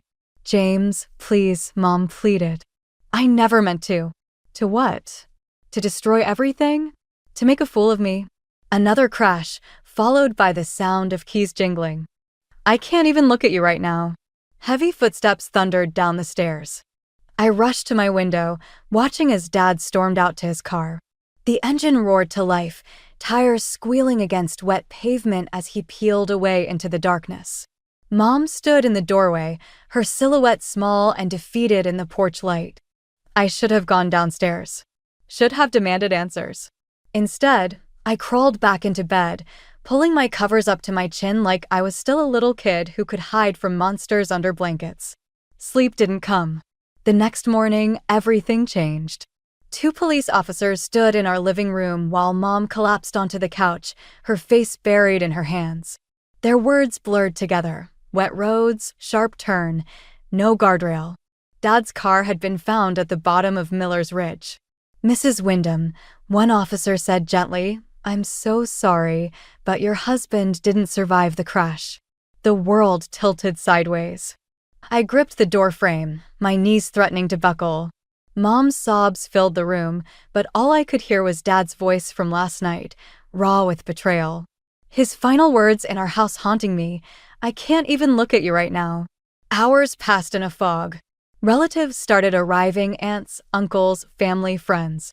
Everyone speaking in hushed tones, offering casseroles and condolences. But Grandma and Grandpa Wyndham, Dad's parents, were noticeably absent. When I asked Mom why, she just shook her head and said they were traveling. Late that afternoon, I found myself in Dad's study, breathing in the familiar scent of old books and coffee. His reading glasses still sat on his desk, next to a half-finished crossword puzzle. A photo of us caught my eye, Dad teaching me to fish when I was 12, both of us grinning at the camera with matching sunburned noses. Eli? Mom's voice startled me. She stood in the doorway, eyes red and puffy. Grady's coming over to help with arrangements. Grady Bellamy, Mom's friend from work who'd been spending more and more time at our house lately.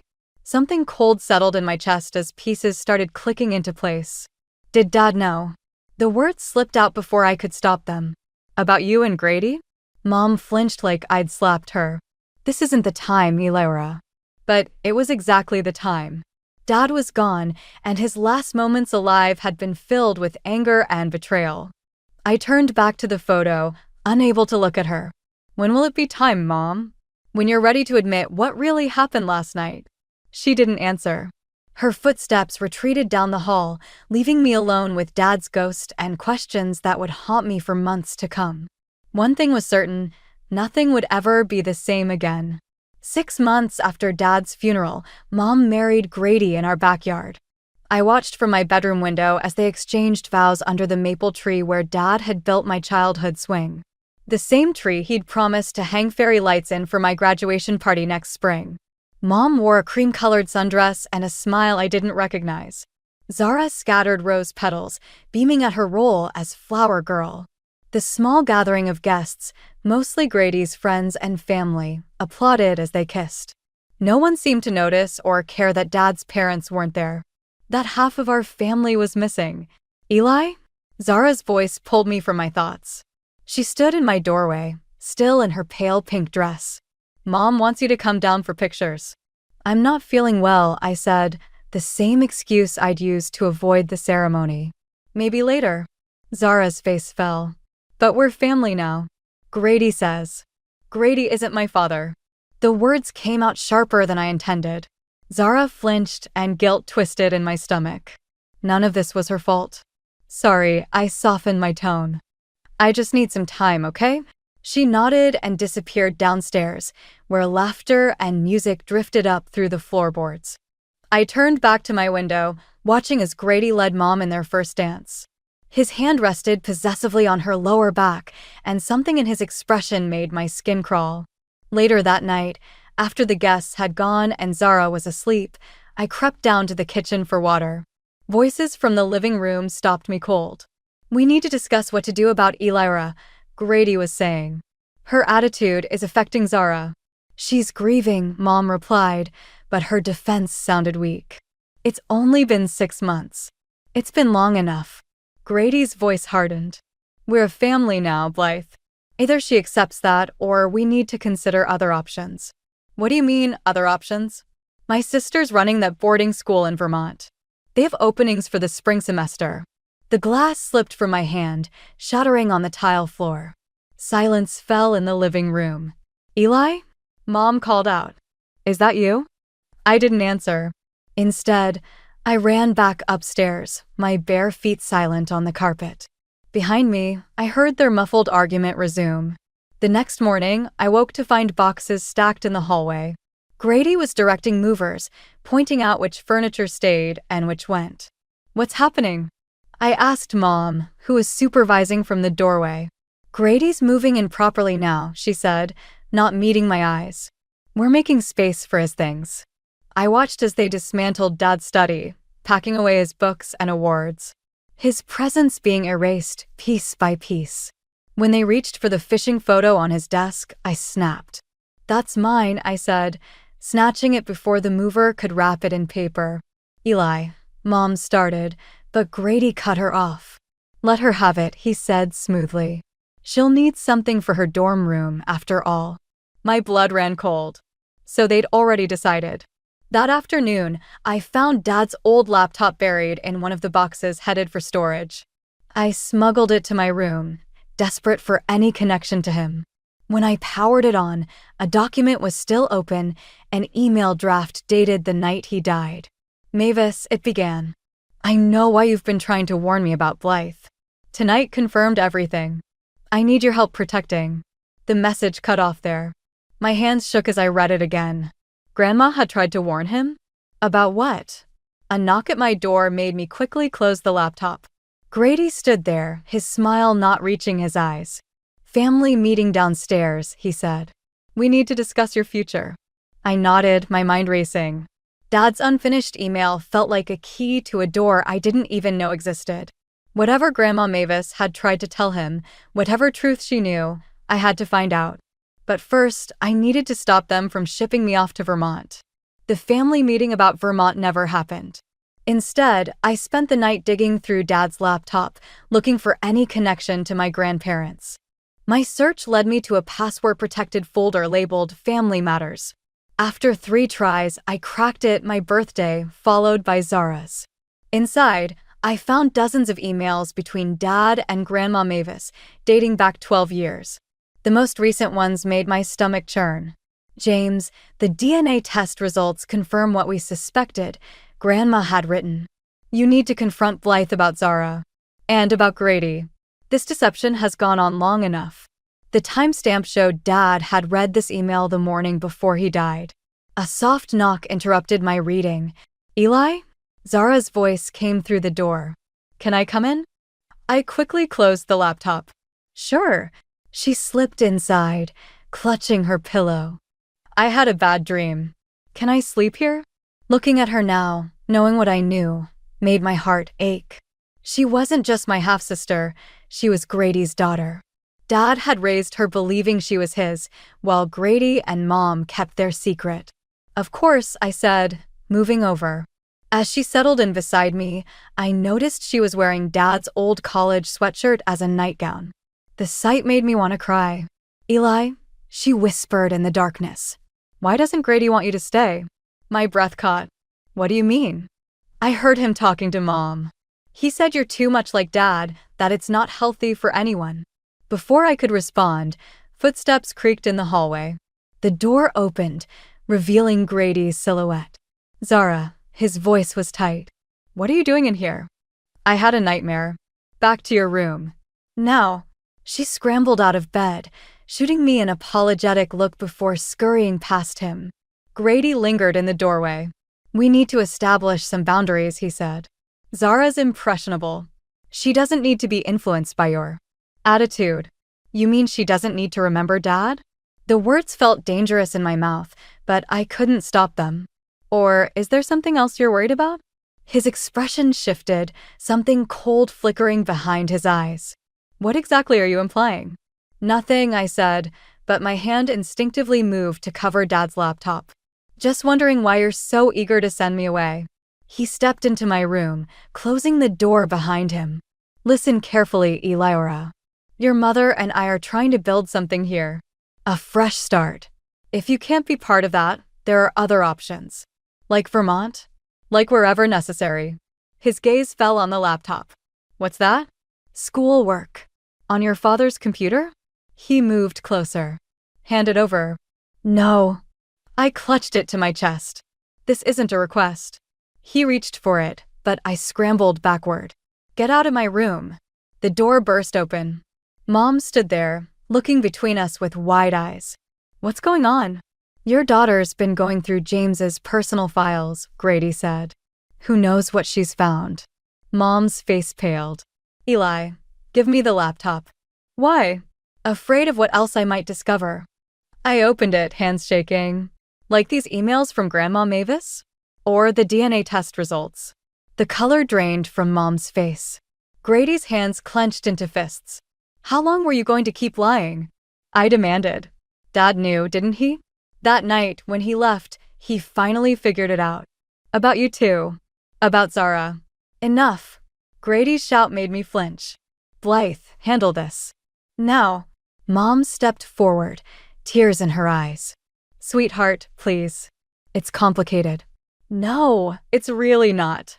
I slammed the laptop shut. Dad died thinking his whole life was a lie. "And you're still lying, aren't you?" To Zara, to everyone. Vermont isn't optional anymore, Grady cut in. You're leaving next week. I looked at Mom, waiting for her to defend me. She just stood there, silent tears running down her face. Fine, I said, my voice surprisingly steady. But first, I'm calling Grandma Mavis. The threat hung in the air like smoke. Mom's gasp told me everything I needed to know. There were more secrets to uncover, and my grandparents held the key to all of them. Finding Grandma Mavis's number wasn't hard. It was still in Dad's phone contacts. What was hard was working up the courage to call while Grady and Mom were downstairs, probably plotting my exile to Vermont. I paced my room, phone clutched in my sweaty palm. The sound of Zara practicing piano drifted up through the floorboards, the same melody she'd been working on since Dad taught it to her last year. The thought of leaving her behind made my chest ache. Finally, I pressed call. 3 rings. 4. Then, hello? Her voice was exactly as I remembered, warm and strong. Grandma? Silence. Then a sharp intake of breath. Elira? Is it really you? Yeah. My voice cracked. I found Dad's emails. About the DNA test. About Mom and... Where are you? She cut in, urgency replacing warmth. Are you at home? Yes, but... Listen carefully, sweetheart. Don't tell anyone you called me. Your grandfather and I are 3 hours away. We can be there by... The line went dead. I spun around to find Grady in my doorway, his hand on my room's phone jack. Calling hours are over, he said, pocketing the cable. You can't keep me from talking to my grandparents. Actually, I can. He stepped closer. Your mother signed the boarding school paperwork this morning. You're leaving Sunday. That's in 2 days. Better start packing. I pushed past him into the hallway, racing downstairs to find Mom. She was in the kitchen, methodically loading the dishwasher like everything was normal. You signed the papers? I demanded. Without even talking to me? She wouldn't meet my eyes. It's for the best, Eli. You need a fresh start away from all this. All what? The truth. The past, Grady said from behind me. Which is where it needs to stay. The piano music stopped abruptly. Zara appeared in the doorway, her face pale. You're leaving. No, I said, just as Mom said yes. But why? Zara's voice trembled. Is it because of me? Because I told you about what Grady said. Zara, Grady's tone carried a warning. Go to your room. No. She moved closer to me. I don't want Eli to go. I saw something dangerous flash in Grady's eyes. He stepped toward Zara, but I moved between them. Don't, I said quietly. Don't you dare try to intimidate her like you do everyone else. Grady, Mom started, but he held up his hand. You want to know why your sister's leaving? He asked Zara. Show her the emails, Eli. Tell her everything you found. About her real father. About... Stop. Mom's shout made us all jump. A glass slipped from her hand, shattering on the floor. In the silence that followed, I could hear her ragged breathing. Mom? Zara's voice was small. What's he talking about? I looked at my sister, really looked at her. She had Grady's eyes. How had I never noticed before? The truth sat like poison on my tongue, but I couldn't bring myself to say it. Nothing, I said finally. He's talking about nothing. Grady smiled, cold and triumphant. He knew he had me cornered. I could tell the truth and destroy Zara's world, or I could leave quietly and protect her from it. I'll go pack, I said, my voice hollow. But as I turned to leave, I caught sight of Dad's reflection in the kitchen window. No, not Dad. Grandfather August, standing on our back porch with Grandma Mavis beside him. They must have already been on their way when I called. Grady followed my gaze and cursed. Mom dropped another glass. Zara, I said quickly, remember how Dad always said the truth sets us free? She nodded. Well, I think it's time for some truth. All of it. The back door opened, and my grandparents stepped into our kitchen like avenging angels. Grandma Mavis took one look at me and opened her arms. I ran to her without hesitation, leaving chaos erupting behind me. Grandma Mavis's kitchen smelled like cinnamon and safety. I sat at her familiar oak table, watching steam rise from my tea while Grandfather August paced behind me. We'd left chaos at my house, Mom crying, Grady threatening legal action, and Zara locked in her room, refusing to speak to anyone. "Your father suspected for years," Grandma said, sliding a worn leather journal across the table. "But he couldn't prove anything until he found this in Blythe's desk last spring." The journal was Mom's. Inside, detailed entries chronicled her relationship with Grady, starting long before I was born, before she even met Dad. He was going to confront them that night, Grandfather August said, his voice heavy. We begged him to wait, to let us help him gather more evidence for the divorce. Evidence? I looked up from the journal. Evidence of what? Grandma exchanged a look with Grandfather. Your father discovered some irregularities in his company's accounts. Large sums of money being transferred to offshore accounts. I don't understand. Grady was your father's financial advisor before he married your mother, Grandfather explained. He'd been embezzling funds for years, using your mother's position as company secretary to cover his tracks. The room tilted sideways. Dad's accident. Might not have been an accident at all, Grandma finished softly. A sharp knock at the front door made us all jump. Through the window, I saw Mom's car in the driveway. I'll handle this, Grandfather said, moving toward the door. Wait. I stood up. I want to talk to her. Eli. She owes me the truth. All of it. Mom looked smaller somehow, standing in Grandma's living room. Her eyes were red, her hands twisting together nervously. Where's Grady? I asked. At home with Zara. She swallowed hard. He doesn't know I'm here. Like Dad didn't know about you and Grady all those years? She flinched. I never meant for any of this to happen. Grady. He can be very persuasive when he wants something. Like Dad's money? Or his life. That's not, I didn't know about the money until after. She trailed off, tears spilling down her cheeks. When James confronted me that night, I panicked. I called Grady, told him everything. He said he'd handle it, but I never thought. You never thought he'd actually kill Dad? My voice cracked. Or you just never thought anyone would figure it out? Eli, please. I know I've made terrible mistakes, but I'm still your mother. No. The word came out sharp as glass. My mother died the night Dad did. I just didn't know it until now. A sound from the hallway made us turn. Zara stood there, tears streaming down her face. She must have followed Mom. Is it true? She whispered. Did my dad? Did he kill James? Mom reached for her, but Zara backed away. Sweetheart, it's complicated. Stop lying. Zara screamed. Everyone just stop lying. She ran to me, wrapping her arms around my waist like she used to when she was little. Despite everything, she was still my sister. Blood didn't matter. Dad had taught us that love was stronger than DNA. What do we do now? Zara asked, her voice muffled against my shirt. I looked at my grandparents, then at Mom, who seemed to have aged years and minutes. The journal on the table held enough evidence to destroy Grady, but using it would mean destroying what was left of our family too. We tell the truth, I said finally. All of it. To the police, to everyone. Grady will never let that happen, Mom whispered. He'll what? Grandfather's voice was steel. Kill someone else? Try to send Eli away? We have evidence now, Blythe. Real evidence. My phone buzzed, a text from Grady. Come home now. Or everyone learns what really happened the night your father died.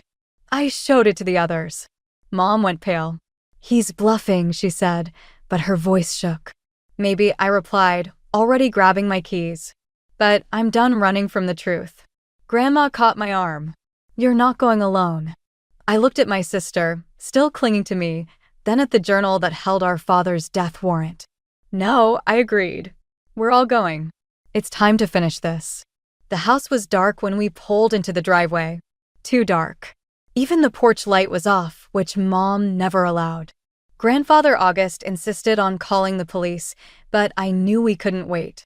Every minute felt like another chance for Grady to destroy evidence, to bury the truth even deeper. He's expecting me, I said, gripping Mom's journal in my hands. Just me. Absolutely not. Grandma Mavis started, but I cut her off. Dad died trying to protect this family. I won't let that be for nothing. Before anyone could stop me, I was out of the car and up the front steps. The door was unlocked. Inside, the house felt wrong, like walking into a familiar room where all the furniture had been shifted slightly left. "Grady," my voice echoed in the darkness. In here, his voice came from Dad's old study. I found him sitting at Dad's desk, illuminated by a single lamp. Dad's laptop was open in front of him, and beside it sat a familiar object that made my blood run cold. Dad's phone. The one the police said they never found at the crash site. Wondering how I got this? Grady's smile didn't reach his eyes. "Amazing what you can retrieve from a ravine if you know where to look." "You went back that night," I said, "to clean up evidence." "Smart girl. Just like your father." He gestured to the chair across from him. "Sit." I remained standing. "Where's Zara?" "Safe. Away from all this mess you're creating." He leaned forward. "You know, James made the same choice you did, choosing truth over family. Look where that got him. You murdered him." I protected what was mine. His voice hardened. "Like I'm going to do right now." The front door opened. Mom's voice called out, followed by Grandma Mavis's. Grady's expression darkened. "I told you to come alone." "I did." I held up the journal. "And I brought what you really want." His eyes fixed on it. "Your mother's little diary." James was so proud of himself for finding it. "It has everything. The affair, the money transfers, all of it." "Hand it over." I took a step closer to his desk. "Tell me what happened that night first." "The whole truth." He studied me for a long moment, then shrugged. "Your father was going to ruin everything. The life I'd built, the future I'd planned. He called that night, said he was going to the police. I couldn't let that happen. So you followed him." I tried talking sense into him first. When that failed, he spread his hands. "Sometimes accidents are necessary." Footsteps approached the study. I needed to keep him talking, keep him distracted. "And Mom? Did she know?" "Blythe knows what she needs to know. Just like you're going to forget what you think you know, unless you want Zara to grow up without both her father and her sister." The threat hung in the air between us. I thought of Zara, already losing one father, now learning the truth about another. The journal felt heavy in my hands. "You're right," I said quietly. "Sometimes we have to protect what's ours." I held out the journal. As Grady reached for it, I let it fall. In his moment of distraction, I lunged for Dad's phone on the desk. But Grady was faster. His hand clamped around my wrist, twisting until pain shot up my arm. The phone clattered to the floor as he yanked me forward, his other hand going to my throat. I tried to be reasonable. He snarled. "Tried to give you a chance to be smart about this." "Let her go." Mom's scream came from the doorway. Everything happened at once. Grady spun me around, using me as a shield. Grandfather August appeared behind Mom, holding something that glinted in the dim light. And there, in the corner of the room, stood Zara. She must have been hiding there the whole time, recording everything on her phone. "It's over, Grady," I managed to say through his chokehold. "The truth's already out." His grip tightened. "Then I have nothing left to lose, do I?" The last thing I saw was Mom lunging forward, terror in her eyes, as Grady dragged me backward toward the window. Then everything went black. I woke to the steady beep of hospital monitors and the sensation of someone holding my hand. For a moment, I thought it was Dad, like when I had my appendix out at 12. But when my eyes focused, I saw Grandma Mavis, her face etched with worry. "Welcome back, sweetheart," she whispered. The events in Dad's study came rushing back. "Grady is in custody." Grandfather August stepped into view. "Zara's video and your father's phone provided enough evidence. The police are reopening James's case." My throat felt raw where Grady's hands had been. "Where's Zara?" "Here." She appeared at my bedside, eyes red from crying. "I'm so sorry, Eli. I heard him on the phone earlier, planning to send you away. I knew something was wrong, so I hid in the study and recorded everything. You saved us all," I told her, squeezing her hand. A commotion in the hallway drew our attention. Mom burst in, followed by 2 police detectives. "5 minutes, one of them said. "Then we need your official statement, Mrs. Bellamy." It's Wyndham, Mom corrected sharply. I'm going back to Wyndham. She approached my bed cautiously, like I might shatter. Eli, I need to tell you something. About your father's trust fund. The one he set up for my college? No. She pulled out a familiar envelope, the one I'd seen in Dad's desk the night he died. This is his letter to you. The one Grady tried to destroy. It explains everything. With shaking hands, I opened it. Dad's familiar handwriting filled the page. My dearest Eli, if you're reading this, then my suspicions about Grady were correct. I've documented everything, the embezzlement, the threats, the affair. But more importantly, I've secured your future. The trust fund isn't just for college. It's everything I had, transferred to an account only you and your grandparents can access. I knew Grady would come after me once he discovered what I'd done. But I couldn't let him steal your future like he stole our family's trust. Protect Zara. She's innocent in all this, and she'll need her big sister more than ever. And Eli? Remember what I always told you about truth and justice? Sometimes they come at a terrible price. But they're worth fighting for. All my love. Dad. I looked up at Mom, who was crying silently. You knew about this letter? Grady found it first, she admitted. He used it to convince me to marry him. Said he'd destroy everything, the evidence, the trust fund, our family, if I didn't help him cover up what happened to James. So you chose him over the truth? Over Dad's justice. I chose what I thought would protect you and Zara. Her voice cracked. I was wrong. So terribly wrong. The detective stepped back in. Mrs. Wyndham, it's time. Mom straightened her shoulders. I'm ready to tell the truth. All of it. Wait. I caught her hand. Dad's letter. He wanted justice, but he also wanted us to heal. To be a family again. How can we? After everything? By choosing truth this time, I said. Together. Zara moved closer, taking Mom's other hand. For a moment, we stood connected, 3 generations of women choosing truth over fear. Mr. and Mrs. Wyndham, I looked at my grandparents. Will you help us? Grandma Mavis wiped her eyes. That's all we've ever wanted, dear heart. The detective cleared his throat. There's one more thing. We found something else at the house. A recording on James's phone. From that night, my heart stopped. Dad's last moments, preserved in digital memory. Do you want to hear it? The detective asked. I looked at my family, broken but healing, fractured but not destroyed. Dad's words echoed in my mind. Sometimes truth and justice come at a terrible price. But they're worth fighting for. Yes, I said firmly. We need to hear everything. Because that's what Dad taught me, that truth, no matter how painful, was the first step toward healing. And we had a lot of healing left to do. 1 year later, I stood in front of Dad's grave, brushing autumn leaves from his headstone. The trial had ended last week. Grady got 20 years for Dad's murder, with Mom receiving immunity for her testimony. The recording from Dad's phone had captured everything, including Grady's confession before he forced Dad's car off the road. Ready? Zara appeared beside me, carrying a bouquet of Dad's favorite sunflowers. She lived with me and our grandparents now, her choice after Mom started therapy and moved into a small apartment across town. We were all healing, but at different paces, in different places. Almost. I pulled out Dad's old journal, the one I'd found hidden in his desk after the trial. I want to read him something first. Zara nodded, settling cross-legged on the grass. I opened to the last entry, dated the morning of his death. My greatest fear isn't dying. It's leaving my girls without showing them that love is stronger than blood, that truth matters more than comfort. And that family isn't just who we're born to, but who we choose to become. He was right, Zara said softly. About all of it. A familiar car pulled up to the cemetery gates. Mom, right on time for our weekly visit.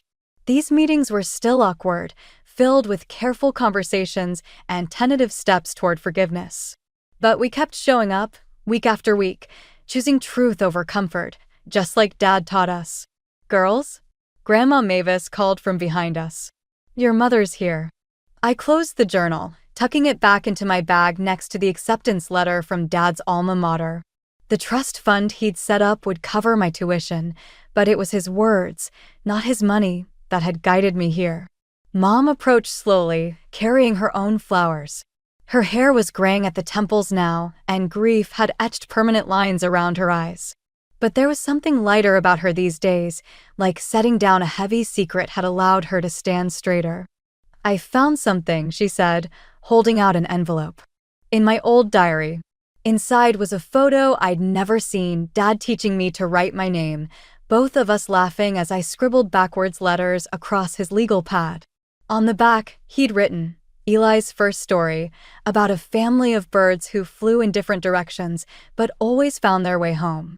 "I was cleaning out the storage unit," Mom explained. "Thought you might want it for your dorm room." My throat tightened. Next week, I'd be heading to college, leaving behind the cemetery, this town, all these ghosts. But not the truth, never that. "Thanks, I managed."